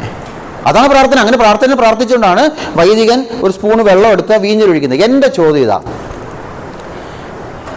ആ വീഞ്ഞ് അത് തിരുരക്തമായി മാറി ഇല്ലേ? വിശുദ്ധ കുർബാനയിൽ തിരുരക്തമായി, യേശുവിൻ്റെ തിരുരക്തമായിട്ട് മാറി. അത് നിങ്ങൾ സ്വീകരിക്കുന്നു. വീഞ്ഞിൻ്റെ രുചിയിൽ എന്തെങ്കിലും വ്യത്യാസമുണ്ടോ? ഉണ്ടോ? എന്തെങ്കിലും ഒന്നും ഉണ്ട് ഉണ്ടെന്നോ ഇല്ലെന്നോ? ഇല്ല, ഒരു രുചിയിലും വ്യത്യാസമില്ല. വീഞ്ഞിൻ്റെ കളറിൽ എന്തെങ്കിലും മാറ്റമുണ്ടോ? കളർ മാറിയോ? ഇല്ല. ഇപ്പൊ വെള്ളം ഇല്ലേ അതിനകത്ത്? വെള്ളം ഒഴിച്ചില്ലേ? അതവിടെ പോയി. കാസർഗോഡിലെ ഓട്ടയിൽ കൂടെ താഴെ പോയോ? അതിൽ കലർന്നു ചേർന്നു ഇല്ലേ? കലർന്നു അവിടെ ഇല്ലേ? അതെ. പലപ്പോഴും എന്താ സംഭവിക്കുന്നത്? നമ്മൾ വീഞ്ഞിന് പകരം ഉജാലയായിട്ട് മാറും. ഉജാലയുടെ പ്രശ്നം എന്താ? ഉജാല വെള്ളത്തിൽ ഒഴിക്കുമ്പോൾ വെള്ളത്തിന് നിറം മാറി ഉജാലയുടെ നിറമാവും ഇല്ലേ?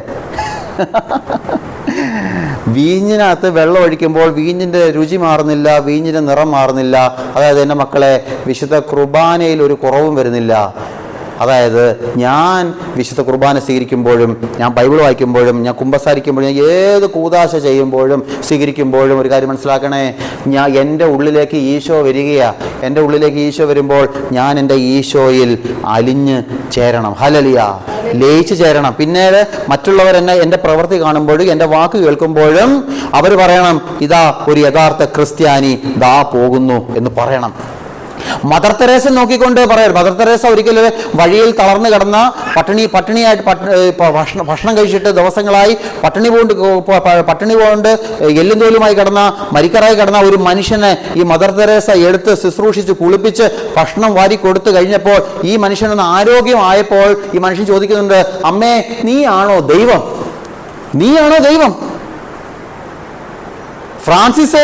ഫ്രാൻസിസ് അസീസെ നോക്കിക്കൊണ്ട് പറയുന്നുണ്ടില്ലേ, രണ്ടാം ക്രിസ്തു എന്നല്ലേ വിളിക്കുന്നേ? ഫ്രാൻസിസ് അസീസയല്ലേ രണ്ടാം ക്രിസ്തു എന്ന് വിളിക്കുന്നേ? എന്നെ നിങ്ങളെ നോക്കിക്കൊണ്ട് ദാ ഒരു കർത്താവ് പോകുന്നു, ക്രിസ്തു പോകുന്നു, ഒരു ക്രിസ്ത്യാനി പോകുന്നു പറയാൻ പറ്റുമോ? അതോ നമ്മൾ കാലെടുത്ത് കുത്തുമ്പോഴേക്ക് നാട്ടുകാർ ഉള്ള വീടും പറമ്പും വിറ്റ് ഓടുവോ? പറ, എന്താ സംഭവിക്കുന്നത് എൻ്റെ ജീവിതം കൊണ്ട്? ഞാനൊരു പള്ളിയിൽ ശുശ്രൂഷയ്ക്ക് പോയി, എൻ്റെ പള്ളിയിൽ ശുശ്രൂഷയ്ക്ക് പോയിട്ട് ഞാൻ ചാർജ് എടുത്ത് അന്ന് തൊട്ട് ആ പള്ളിയിൽ ദുരന്തങ്ങളാണോ സംഭവിക്കുന്നത്?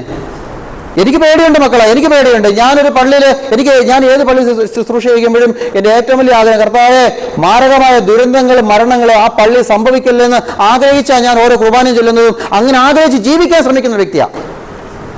മാരക ദുരന്തങ്ങൾ, അപകടങ്ങൾ സംഭവിക്കില്ലെന്ന് ആഗ്രഹിക്കുന്ന വ്യക്തിയാണ്. അതങ്ങനെ എന്തെങ്കിലും ഒരു പള്ളിയിൽ സംഭവിച്ചു കഴിഞ്ഞാൽ അത് എൻ്റെ കുറവ്, എൻ്റെ പാപം കാരണമാണെന്ന് വിശ്വസിക്കുന്ന വ്യക്തിയാണ്. അതുപോലെ തന്നെ എൻ്റെ മക്കളെ, നിങ്ങൾ ശ്രദ്ധിക്കണം. ഞാനൊരു സ്ഥലത്ത് ചെല്ലുമ്പോൾ അവിടെ എൻ്റെ ഉള്ളിലുള്ള പൈശാചിക അരൂപിയാണോ ആ സ്ഥലത്തുണ്ടാകുന്നത്, അതോ എൻ്റെ ഉള്ളിലുള്ള പരിശുദ്ധാത്മാവാണോ അവിടെ ലഭിക്കുന്നത്, ഉണ്ടാകുന്നത്, നിറയുന്നത്? നമ്മൾ ചിന്തിക്കണം, ശ്രദ്ധിക്കണം.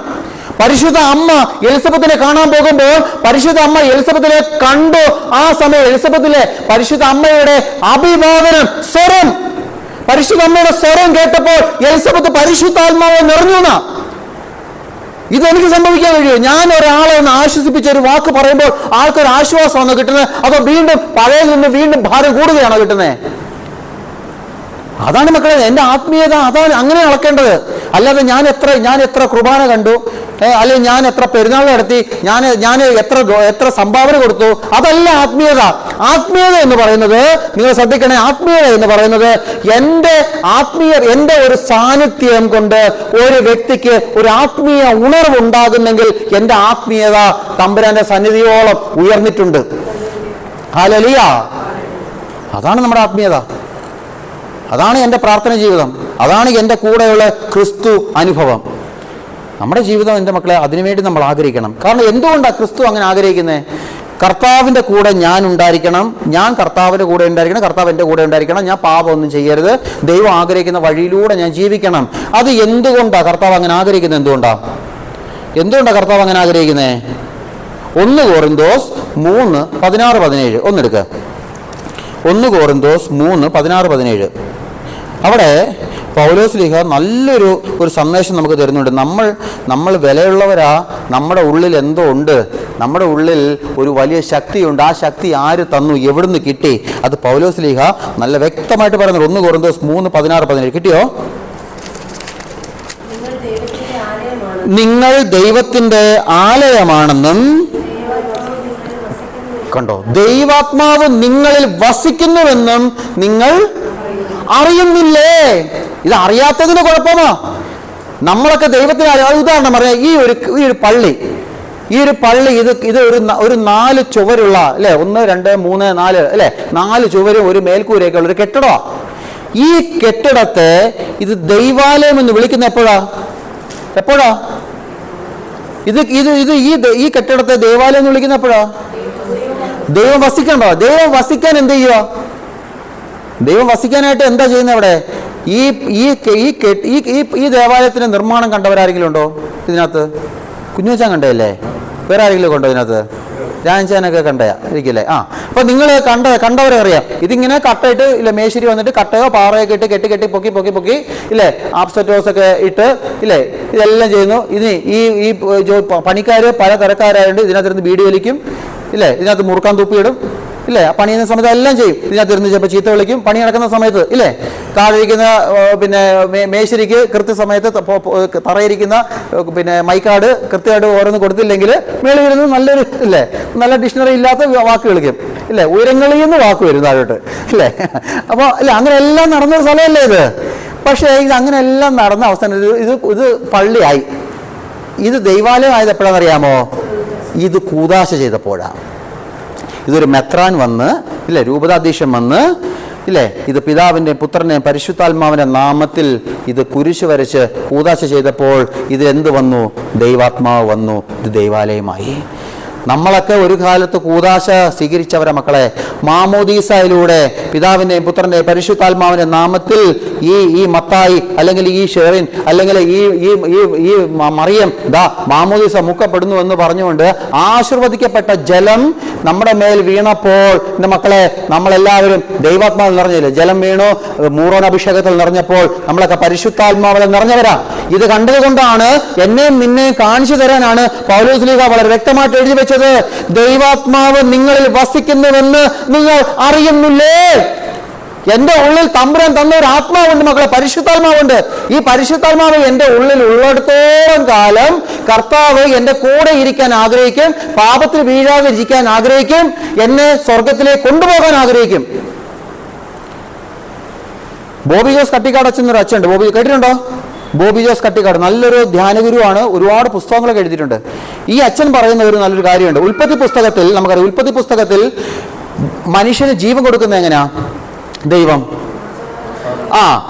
എന്തോ നാസയിൽ പോയി ജീവൻ കൊടുത്തോ? നാസ അങ്ങ് അമേരിക്കയിലാ. നാസാരന്ധ്രങ്ങളിൽ ഊതി ഇല്ലേ, ദൈവം മണ്ണ് കൊണ്ട് ഒരു രൂപം ഉണ്ടാക്കി അതിന് നാസാരന്ധ്രങ്ങളിൽ ഊതി. നാസാരന്ധ്രങ്ങൾ തന്നോ? മൂക്ക് അങ്ങനെ ഇരിക്കട്ടെ, എനിക്ക് ആ വാക്ക് മൂക്കിലൂതി കേട്ടോ, ഊതി. ബോബിയോസ് കട്ടിക്കാടച്ചൻ ഈ വചനത്തെ ആസ്പദമാക്കിക്കൊണ്ട് നല്ലൊരു സന്ദേശം പറയുന്നുണ്ട്. ഇതിൽ എന്തെങ്കിലും തെറ്റുണ്ടെങ്കിൽ എൻ്റെ പെടലേക്ക് പിടിക്കേണ്ട, അച്ഛൻ്റെ പെടലേക്ക് പിടിച്ചോ കേട്ടോ. അതായത് ദൈവം മണ്ണ് കൊണ്ട് രൂപം ഉണ്ടാക്കി. ഇപ്പം ഉദാഹരണം പറഞ്ഞാൽ നമ്മുടെ ഗീവർഗീയ സഹതയുടെ ഈ രൂപം ഇത് മണ്ണുകൊണ്ട് ഉണ്ടാക്കിയതാണ് ഇല്ലേ. ഇതേപോലെ ഒരു മണ്ണുകൊണ്ടൊരു രൂപം ഉണ്ടാക്കി. ഇതിന് ദൈവം തൻ്റെ ശ്വാസം കൊടുത്തപ്പോൾ ജീവൻ വെച്ചു. അപ്പോൾ ഈ ശ്വാസം കൊടുക്കുന്നതിന് മുൻപ് ഈ രൂപം എവിടെയായിരിക്കും? തറയില. എഡിറ്റിക്കല്ലോ രൂപം ഇല്ല, തറയില. മരത്തിന് മുകളിലൊന്നുമല്ല, മേശപ്പുറത്തുമല്ല, തറയിൽ കിടക്കുക. സ്വാഭാവികമായിട്ടും തറയിൽ കിടക്കുന്ന ഒരു രൂപത്തെ ഇപ്പം ഉദാഹരണം ഞാൻ ഈ സഹതാടെ രൂപം ഇങ്ങനെ തറയിൽ കിടക്കുമെന്ന് വെച്ചോ. ഈ സഹതാടെ നെറ്റിയിൽ എൻ്റെ നെറ്റി മുട്ടിക്കണമെങ്കിൽ ഞാൻ എൻ്റെ ആ ഒരു ശരീര പോസ്റ്റർ എങ്ങനെയാ? കുനിഞ്ഞാ കിട്ടുമോ നോക്കട്ടെ? അയ്യോ, ഇതാ പോകുന്നു. ഞാൻ ഉരുളടിച്ച് താഴെ കിടക്കും. എങ്ങനാ? മുട്ടുകുത്തണം. ആ, നിങ്ങൾ ആ ചിത്രം കണ്ടു? കഷ്ടപ്പെട്ട് പറയുന്നില്ല, മനസ്സിലായോ അല്ലേ? മുട്ടുകുത്തണം. ഇത് ഞാൻ പറഞ്ഞില്ല, അച്ഛൻ പറഞ്ഞതാ കേട്ടോ. അച്ഛൻ കണ്ടുപിടിച്ചതാ, ഞാൻ കണ്ടുപിടിച്ചില്ല. മുട്ടുകുത്തണം. അപ്പം അങ്ങനെ ആകുമ്പോൾ എൻ്റെ മക്കളെ, ദൈവം ഈ രൂപത്തെ ശ്വാസം കൊടുക്കണമെങ്കിൽ ദൈവം എന്ത് ചെയ്ത് കാണും? മുട്ടുകുത്ത്. ദൈവം യഥാർത്ഥത്തിൽ മുട്ടുകുത്തേണ്ട വല്ല ആവശ്യമുണ്ടോ?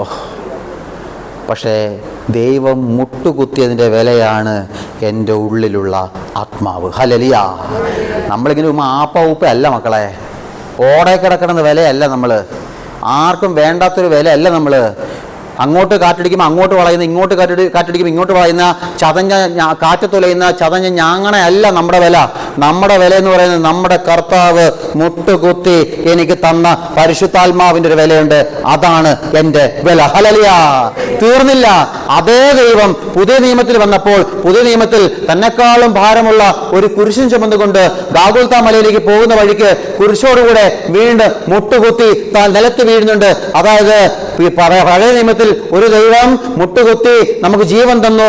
പുതിയ നിയമത്തിലേക്ക് വരുമ്പോൾ അതേ ദൈവം തന്റെ കുരിശോടുകൂടെ വീണ്ടും മുട്ടുകുത്തി മരിച്ചുപോയ, പാപത്തിൽ മരിച്ചു കിടന്ന എന്നെയും നിന്നെയും ജീവൻ നൽകാൻ വീണ്ടും മുട്ടുകുത്തി വീണു. ഹല്ലേലൂയ. കണ്ടോ? ദൈവം അത്രമാത്രം വിലയുള്ളതായിട്ട് നമുക്ക് ഈ പരിശുദ്ധാത്മാവ് വന്നേക്കുന്നത്. അപ്പോൾ അതുകൊണ്ട് എന്ത് ചെയ്യും? അത്രമാത്രം വിലയുള്ളതായതുകൊണ്ട് അത് നഷ്ടപ്പെടാതിരിക്കാൻ ദൈവം ആഗ്രഹിക്കും. ദൈവം ആഗ്രഹിക്കും. ഞാൻ എൻ്റെ വീട്ടിൽ, നിങ്ങൾ എൻ്റെ വീട്ടിൽ വന്നവർക്കറിയാം ഇല്ലേ, എൻ്റെ വീട്ടിൽ 3 കുഞ്ഞുങ്ങളുണ്ട്. ഒന്ന് എൻ്റെ അനിയൻ്റെ കുഞ്ഞ്, 2 എൻ്റെ ഒരു പെങ്ങളെ കസിനാണ്, അവളുടെ 2 മക്കൾ ഇല്ലേ, 3 ചില്ലറ പൈസാസ്, 3 എണ്ണം ഉണ്ട്. അപ്പം ഞാൻ എപ്പോഴും ഇങ്ങനെ ഇവിടുന്ന് വീട്ടിൽ പോകുന്ന സമയത്ത് പിന്നെ ഞാൻ ഈ കുഞ്ഞുങ്ങൾക്ക് എന്തെങ്കിലും കളിപ്പാട്ടം വാങ്ങിച്ചുകൊണ്ട് കൊടുക്കും. കുഞ്ഞുങ്ങളല്ലേ. പക്ഷേ ഈ കളിപ്പാട്ടങ്ങൾ കൊണ്ടു കൊടുക്കും. 1 മണിക്കൂർ കഴിയുമ്പോഴേക്ക് ഈ കളിപ്പാട്ടത്തിന് ഒരു ടയർ അതിലേക്കൂടെ ഉരുണ്ട് പോകുന്നതാണ്, ഒരെണ്ണം ഇതിലേക്കൂടെ ഉരുണ്ട് പോകുന്നതാണ്. അതിൻ്റെ സ്റ്റിയറിങ് മാത്രം പിടിച്ചുകൊണ്ട് ഇങ്ങനെ പോകുന്നതാണ് ഒരുത്തൻ. ഇതാ. അപ്പോഴൊന്നും എനിക്ക് വിഷമമായില്ല. വിഷമമായത് എപ്പോഴാണെന്നറിയാമോ? എൻ്റെ ആ വീട്ടിലെ പെങ്ങളുടെ ഒരു കൊച്ച്, അവൻ ഇപ്പോൾ 1ാം ക്ലാസ്സിലാണ്. അവന് ഞാനൊരു ഓടിക്കുന്ന കാറ് വാങ്ങിച്ചു കൊടുത്തു. 17,000 രൂപ കൊടുത്തു. മറ്റേ ഈ കുഞ്ഞുങ്ങൾക്ക് ഓടിക്കുന്ന കാറുണ്ടല്ലോ, 17,000 രൂപ വാങ്ങിച്ചു കൊടുത്തു. ഞാൻ ഒരു കാറ് വാങ്ങിച്ചു കൊടുത്തു. 1 മാസങ്ങളിലേ ഓടിച്ചുള്ളൂ. ഇപ്പോൾ അത് തട്ടിൻ്റെ മുകളിൽ പല പീസായിട്ട് കിടപ്പുണ്ട്. അത് കാണുമ്പോൾ എനിക്ക് ഭയങ്കര വിഷമം. എന്തുകൊണ്ടാണ്? വിലയുള്ളതുകൊണ്ടാണ്.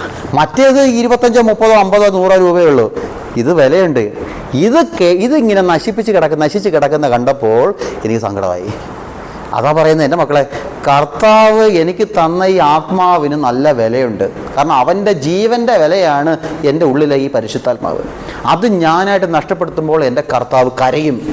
അത് ഞാനായിട്ട് നഷ്ടപ്പെടുത്തുമ്പോൾ എൻ്റെ കർത്താവ് വേദനിക്കും.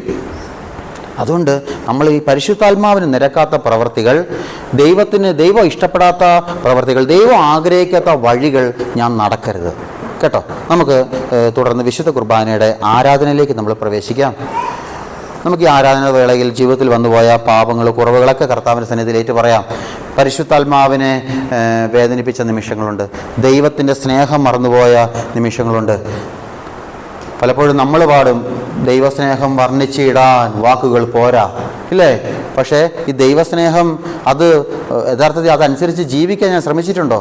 അല്ലെങ്കിൽ മറ്റൊരു പാട്ട് നമ്മൾ പറയും, ചങ്കാണ് എൻ്റെ ഈശോ. എന്ത് നല്ല പാട്ടാ, ചങ്കാണ് എൻ്റെ. ഇല്ല കാതറിനെ ഒന്ന് പാടിക്കേ, ചങ്കാണ് അല്ലേ? ഭയങ്കര പാട്ടൊക്കെ. ചങ്കാണ് എൻ്റെ ഈശോ എന്നാ. ഞാൻ ഒരു കാര്യം ചോദിക്കട്ടെ, നെഞ്ചത്ത് കൈവച്ച് പറയാൻ പറ്റുമോ ചങ്കാണോ എൻ്റെ ഈശോ? പറയാൻ പറ്റുമോ? ഇന്ന് തീരുമാനം എടുത്തോണം, ഞാൻ ഉൾപ്പെടെ. മനസ്സിലായോ? നമുക്ക് അതുകൊണ്ട് പാപത്തെ തോൽപ്പിക്കാം, ദൈവസ്നേഹത്തിൽ നിറയാം, പരിശുദ്ധാത്മാവിൽ നിറയപ്പെടാൻ വേണ്ടി ആഗ്രഹിക്കാം. അത് ആഗ്രഹിച്ചുകൊണ്ട് നമുക്ക് വിശുദ്ധ കുർബാനയുടെ ആരാധനയിലേക്കും തുടർന്ന് പ്രവേശിക്കാം.